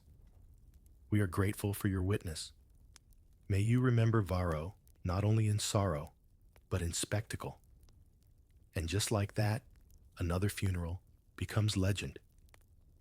So next time you attend a somber memorial or read about elaborate estate planning, remember this little courtyard. In Rome, even death was an opportunity for beauty, for business, and for branding. They say it takes a village to raise a child. But what does it take to stage a gladiator fight? Coming up, blacksmiths, medics, costumers, cooks, even scriptwriters. An invisible army kept the blood flowing and the blades gleaming in Rome's most complex production machine. The crowd always cheers for the kill. But what they don't see are the dozens, sometimes hundreds of workers who make sure the fighter has a weapon to swing, a helmet that fits, and just enough food in his stomach to hold the shield steady. Gladiator games weren't spontaneous. They were manufactured, engineered, staffed. You're backstage now. Not metaphorically, the actual behind the scenes of an arena. Stone corridors run beneath the sand. Lanterns hang from iron hooks. Somewhere above, the sun blazes down on cheering crowds. But here it's all business. Your first stop, the armory. Inside, a line of men hammer weld and polish. Bronze gleams under lamplight. One smith adjusts a helmet's cheek guard. Another argues over blade balance. Each weapon is check-tested and sometimes rigged. A dulled edge here, a blunted tip there, all for safety or showmanship. Historians still debate whether fights were always to the death or often staged with restraint. What's certain is that preparation mattered. And the people doing that, prep-skilled laborers, many of them slaves or freedmen trained in the art of survival support. Nearby, a room smells strongly of vinegar and sweat. It's the medici chamber, not for the spectators, but for the fighters. Bandages soak in herbal tinctures. A woman grinds dried poppy into powder. For pain, she says, not too much, or they see double. Behind her, two young assistants pack kits, bone-setting tools, tourniquets, salves. The doctor, a former Legion medic, inspects a stitched wound on a retired retiarius. If it bursts, pretend you meant it, he says dryly. They both laugh. You move to the costuming area. Yes, costuming. Each fighter type had specific gear. The Murmillo's crested helmet, the Threix's curved blade, the Secutor's smooth dome designed to battle net fighters. Uniforms mattered, not just for tradition, but for audience clarity. One glance, and the crowd should know who's who and who's doomed. Two tailors adjust straps on a leather tunic. Another inspects stitching. One woman applies red dye to old cloth. Make it look bloodstained. Saves time. Nearby, another worker tests a helmet visor's hinge. It needs to fall off dramatically, he explains. The crowd loves it. Then come the handlers. Animal trainers, if the match involves beasts. Food preppers who time meals to avoid mid-fight cramps. Even scribes who update match boards and announce names. One man walks by, holding a painted placard, Valerius the Vengeful versus Cassius Ironhand. He stops to practice his announcement in a booming voice. Valerius the Vengeful, a baker delivering bread claps. 10 out of 10, he jokes. A lesser-known job, the sand crew. These men sweep rake, and if needed, replace stained patches between matches. Sand was more than dirt. It soaked blood-muffled footsteps and caught falling limbs. The best crews could reset an arena in under 10 minutes. One peculiar fact, some sand mixers added crushed seashells for sparkle. Others dyed it different shades depending on the match. A special event, gold-tinted grit. A morning match, ashy gray. Even the floor had flair. And what about the announcers, musicians, and scene setters? Yes, those too. Trumpeters trained for precise timing. Drum crews practiced tempo shifts. Stage managers, for lack of a better term, coordinated openings, processions, and dramatic pauses. Every sound, every entrance, every pause, for applause, it was all choreographed. You pass a cramped kitchen, where cooks boil grain, slice cheese, and bake flatbreads. Not for the nobles, but for the workforce. Everyone gets fed. The arena was a temporary city, and cities need kitchens. Nearby, a nervous teen polishes a breastplate. My first match, he mumbles. Not as a fighter, but as a torch carrier for the evening parade. His pay, half a denarius, and leftover stew. But I'll see the arena. He grins. That's worth it. The manager, a woman with a scroll, longer than your arm, calls names, assigns, shifts, jots down gear needs. She's the coordinator, the spine of the show. If you don't have boots, you're not going out, she warns a latecomer. And if you lose your helmet, we dock pay. That's right pay. While fighters might earn fame, the crew earned steady coin. Some roles were salaried, others were freelance. Some got bonuses for flawless execution. One veteran sandraker proudly claims he's never left a bone behind. Spotless since Tiberius, he brags. Of course, not all work was glamorous. Someone had to clean the sewers, refill the torch oil, chase escaped animals, and scrub the walls after blood splatter. And someone had to collect the dead. You find them last the removers. Dressed in dark tunics, they work quickly and quietly. A stretcher, a linen shroud, a cart. No fanfare, just practiced movements. We come in pairs, one explains, one lifts, one clears. Never interrupt the next match. You ask if it's a sad job. He shrugs. Better than digging ditches? And the view's not bad. As you make your way back toward the sunlight, you realize how much of the arena's economy was built not on glory, but on grit. For every sword raised a dozen hands, made sure it was sharp polished and pointed in the right direction. So the next time the crowd cheers, a well-timed kill, remember the backstage army that made it happen. Because in Rome, even death had a crew list. Blood as a love potion. Toe bones as trinkets. What if gladiators weren't just athletes, but magical commodities? Up next, the shadow economy of superstition, where fans bought drops of blood and fingernails as charms and arenas doubled as spiritual shops. It's evening in Rome, and the games have ended. The crowd disperses. Streets fill with chatter and laughter, and hawkers shout final deals. But if you linger just a little longer past the main exits and down an alley where the torchlight glows faint and reddish, you'll find a different kind of business underway. A woman in a saffron cloak kneels beside a wooden crate. Inside linen-wrapped objects, small clay vials, and oddly shaped trinkets. She's not selling wine. She's selling belief. Throughout Rome, gladiators weren't just entertainers. They were vessels of power, strength, survival, death, and anything that brushed against those energies, blood, sweat, even discarded clothing, was seen by many as a kind of spiritual currency. One man haggles over a ceramic flask. He bled in the third match, the seller claims. Still fresh this morning. The buyer sniffs it and nods solemnly. For fertility, he mutters.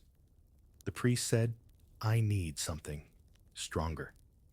Historians still argue how widespread these practices were. Some dismiss them as fringe rituals, others believe they were deeply woven into Roman folk belief.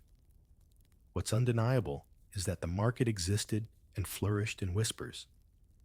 You visit a small apothecary tucked between two taverns. Its shelves hold not herbs, but labeled scrolls and odd jars. Bone dust from a fallen murmillo, one reads. Another net thread used by a retiarius who survived 10 matches. The owner, a sharp-eyed woman in her 50s, assures you everything is authentic. I have a supplier, she whispers. Arena staff. Trustworthy. The goods aren't cheap. A single blood-soaked cloth costs as much as a day's wages. Vials sealed with wax and a stamped sigil fetch even more. And for those seeking love, a lock of hair, preferably from a victorious gladiator. More potent than roses, she says with a wink. And it wasn't just individuals. Couples bought charms together. Priests incorporated relics into rituals.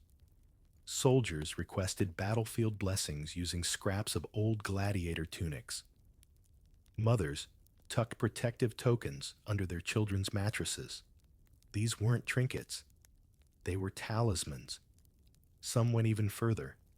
Private shrines popped up across the city, small altars adorned with fighter images, flowers, and flickering lamps. People prayed not to the gods, but to the strength, courage, or luck of their favorite combatant.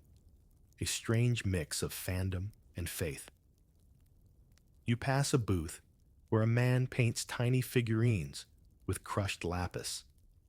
For vision, he explains, place it by the window, and your dreams will guide you true. He points to another. This one made with arena sand.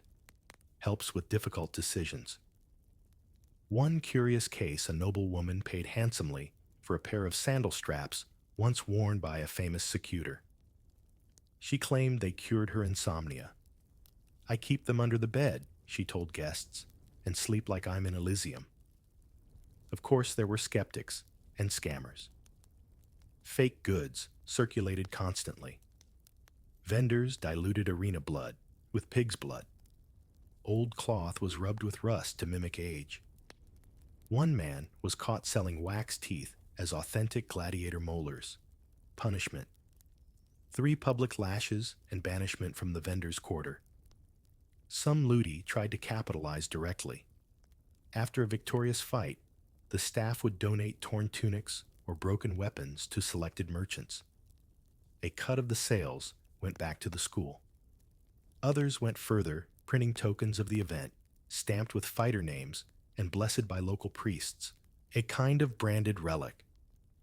The superstitions went beyond objects. Pregnant women would sit in seats stained from past matches, believing the strength would pass to their unborn child. Athletes touched arena gates for luck before races. One merchant claimed to have bottled the arena's air during a full moon. For courage, he said, and skin clarity. In a nearby square, you find a woman performing a ritual dance. Around her neck, a pendant said to contain a drop of a fallen champion's blood. She dances slowly, arms arcing, eyes closed. A small crowd watches. Coins land at her feet. You notice a boy with a poppy seed cake shaped like a gladiator's helmet. He dips it in. Honey takes a bite and smiles. "Lucky snack," he says. "My dad says if I eat one every game day, I'll never break a bone." You nod. Makes sense. Why not? The economy of belief was vast, from simple good luck charms to elaborate rituals costing more than a month's rent. Gladiator-themed spirituality fed a hunger older than Rome itself, the need to feel protected, empowered, blessed. By the time you return to the main street, the official vendors are gone. But that alley still buzzes. A woman hums as she arranges tiny scrolls. A man adjusts a candle display beside his blood vial rack. Their business won't make headlines, but it will make a living. So the next time you see a lucky rabbit's foot or a sports jersey worn for luck, remember the Romans had it first. And theirs came soaked in myth, and maybe just a little blood. Can you imagine a gladiator school for kids? What if ancient Rome's answer to summer camp involved wooden swords and staged combat drills? Up next, the miniature ludi, where childhood met commerce, and how even Rome's children were swept into the empire's bloodiest trend. The sun rises over a quiet courtyard in a residential Roman neighborhood. Birds chirp. Laundry flaps gently in the breeze. But just beyond a shaded colonnade, something odd breaks the calm. The clack of wooden swords, the bark of a drill master, and the high-pitched yells of children in tunics. You found it, one of Rome's miniature gladiator schools. These weren't secretive back-alley operations. In fact, some were quite public and surprisingly popular. With the explosion of gladiator fandom came a demand for something less deadly, but equally dramatic child-friendly training centers, often disguised as physical education, sometimes as social clubs. But make no mistake, these were commercial machines as much as they were cultural novelties. You pass under a banner painted with tiny helmets and read the name aloud, Ludus Minimus, for the brave youth of Rome. A boy at the gate grins and shows off a splintered wooden gladius. "We learn formation drills tomorrow," he says proudly. "Today is shield work." Inside the school's courtyard, a dozen children line up in pairs. Some are sons of merchants, others children of freedmen or minor nobles. There's even a whisper that a senator's youngest enrolled just for one summer. Their tunics are dyed in bright, playful versions of gladiator hues, indigo stripes for Murmillo class, saffron spots for net fighters. It's less about authenticity, more about branding. Historians still debate the true purpose of these child ludi.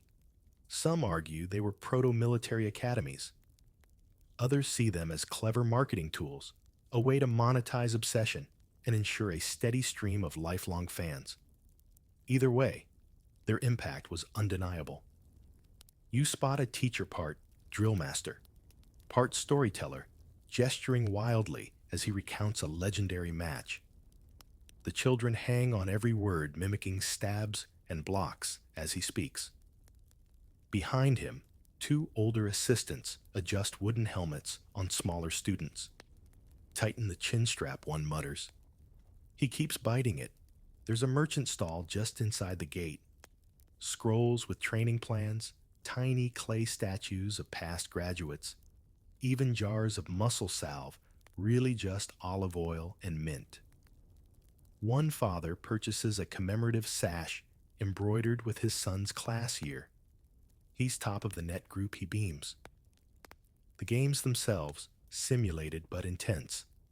Wooden weapons, pre-scripted wins and losses, sometimes foam padding, other times dramatic injuries staged for applause. Parents watched from shaded benches, sipping watered wine and cheering. One school reportedly hired a small flute ensemble to underscore the final duels. And yes, there were rankings. Most brave, best stance, loudest war cry. Winners received garlands, biscuits, or small bronze medallions. Losers, encouragement, and a reminder to train harder next Saturn's Day. The line between fun and fanaticism was blurry. Some children begged for real gear. One boy is rumored to have snuck into his older brother's actual ludus and returned with a cracked wrist and a proud grin. Another claimed he drank blood for power until his mother caught him sipping beet juice from a helmet cup. It wasn't just the kids who were swept up. Entrepreneurs saw gold. A former lanista opened a chain of child ludi, complete with merchandise-tiered classes and enrollment scrolls printed with fighter-style nicknames. Calidus, the Quick Sabina, the Stabber Gordis of the Sneeze. All trademarked. One peculiar tidbit: wealthy families hired private tutors to give their sons arena polish. Not actual fighting, just the moves, the poses, the crowd-friendly flair. Like stage combat meets social etiquette. A well-executed fake kill could charm party guests and impress potential patrons. Even birthday parties got the gladiator treatment. Mini matches were offered for hire. One popular package, 2 instructors, a mock chariot, and a cake shaped like the Colosseum. One candle for every victory. A business, a memory, a branding opportunity. But it wasn't all play. Some critics, especially Stoic philosophers and older senators, saw these schools as dangerous. Are we raising soldiers or performers? They asked. Is this discipline or spectacle? One scroll compared it to feeding grapes to wolves. Others worried it desensitized children to violence. A few high-profile scuffles between graduates of rival child ludi made headlines. No deaths, but a broken nose, here a chipped tooth there. Whispers began. Were these games going too far? Yet the schools persisted, expanded, adapted. Some added literary studies warrior poets, they called them. Others hosted parent-child matches with clearly rigged results. You witness one, a boy in a painted helmet lunges, and his father collapses dramatically. The crowd laughs. Applause echoes. By sunset, the training ends. Children gather around a low table for fig cakes and cheers. The teacher recites a brief poem about courage and honor. Parents clap. A girl in saffron raises her toy trident and shouts, "I want to be a champion." And in that moment, you realize what this really is: community theater, martial arts, daycare, and branding, all rolled into one. A way to let Rome's youngest feel the thrill of the games without needing a funeral afterward. So the next time you see a karate dojo with themed merch or a birthday party with foam swords, think of Ludus Minimus. Because long before action figures and sports camps, ancient Rome gave its children something wild, weird, and oddly wonderful: a tiny piece of the Colosseum. Arenas needed blood to thrive. But what about what came after? What if every fallen fighter launched another kind of business? Up next, the strange and profitable world of post-game cleanup, where sand sweepers, bone collectors, and stink scrubbers cashed in after the last cheer faded. The sun is setting over the Colosseum. Shadows stretch long across the arena floor, now quiet, except for the soft shuffle of sandals and the creak of wooden carts. The crowds have gone home. The vendors have packed up.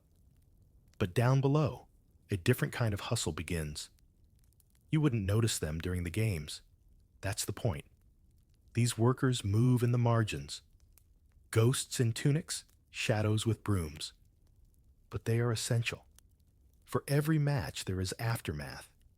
In Rome, ever the efficient empire turned even the messiest job into a money-making machine.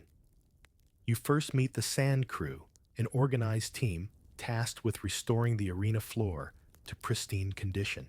They rake the sand, smooth the blood spots, and shovel away anything unsightly. And yes, there is blood. Lots of it. One man pours vinegar into a dark patch and scrubs with a stiff broom. "Easier before it dries," he mutters. The team uses wheelbarrows to cart away soiled sand. It's not discarded. It's sifted.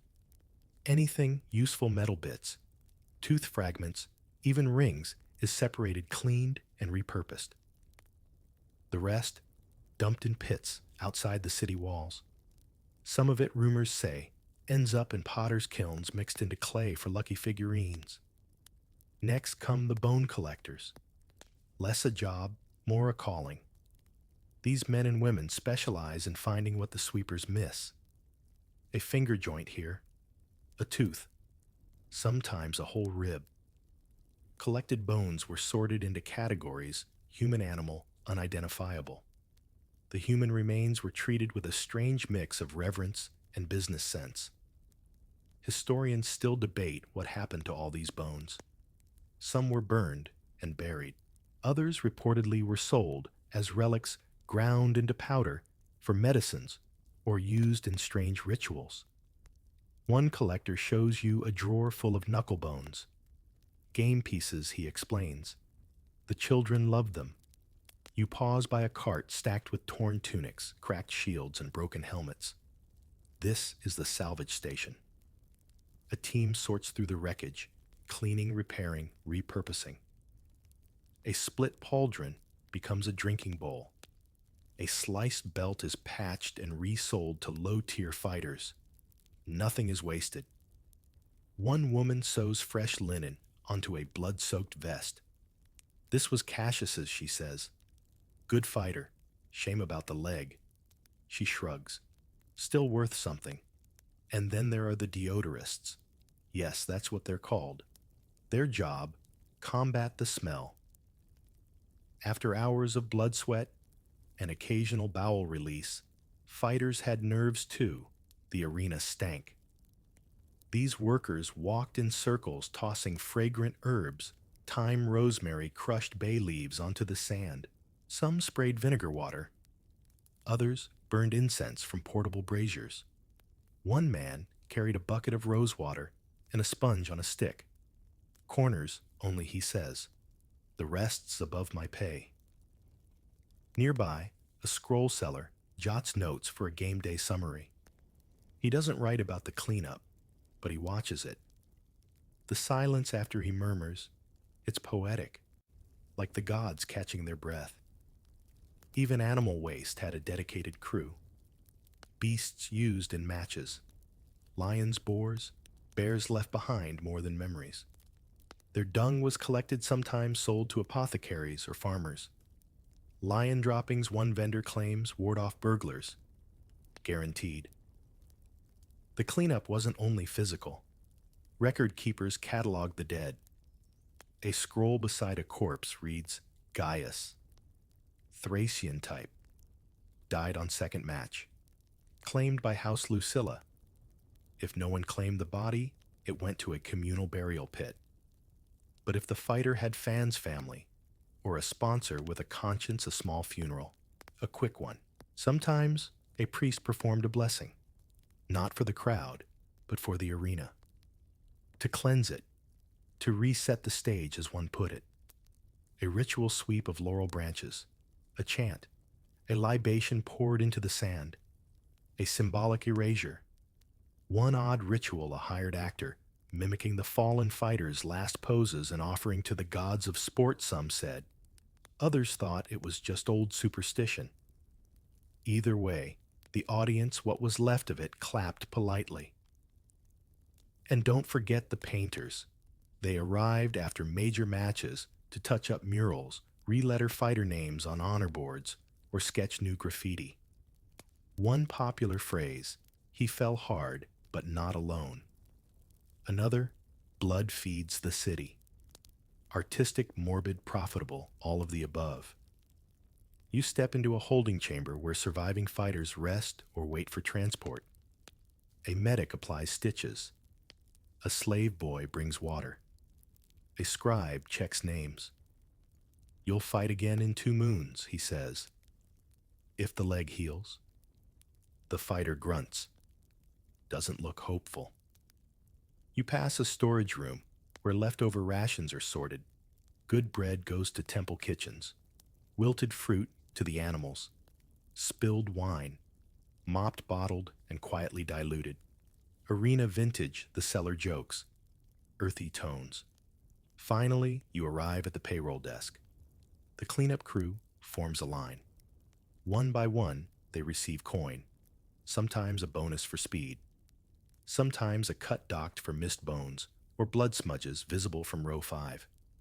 Efficiency mattered, so did appearances. By the time the moon rises, the arena looks untouched. The sand is smooth. The seats are clean. The torches flicker softly. A rat scurries past a discarded sandal. Somewhere a rooster crows too early.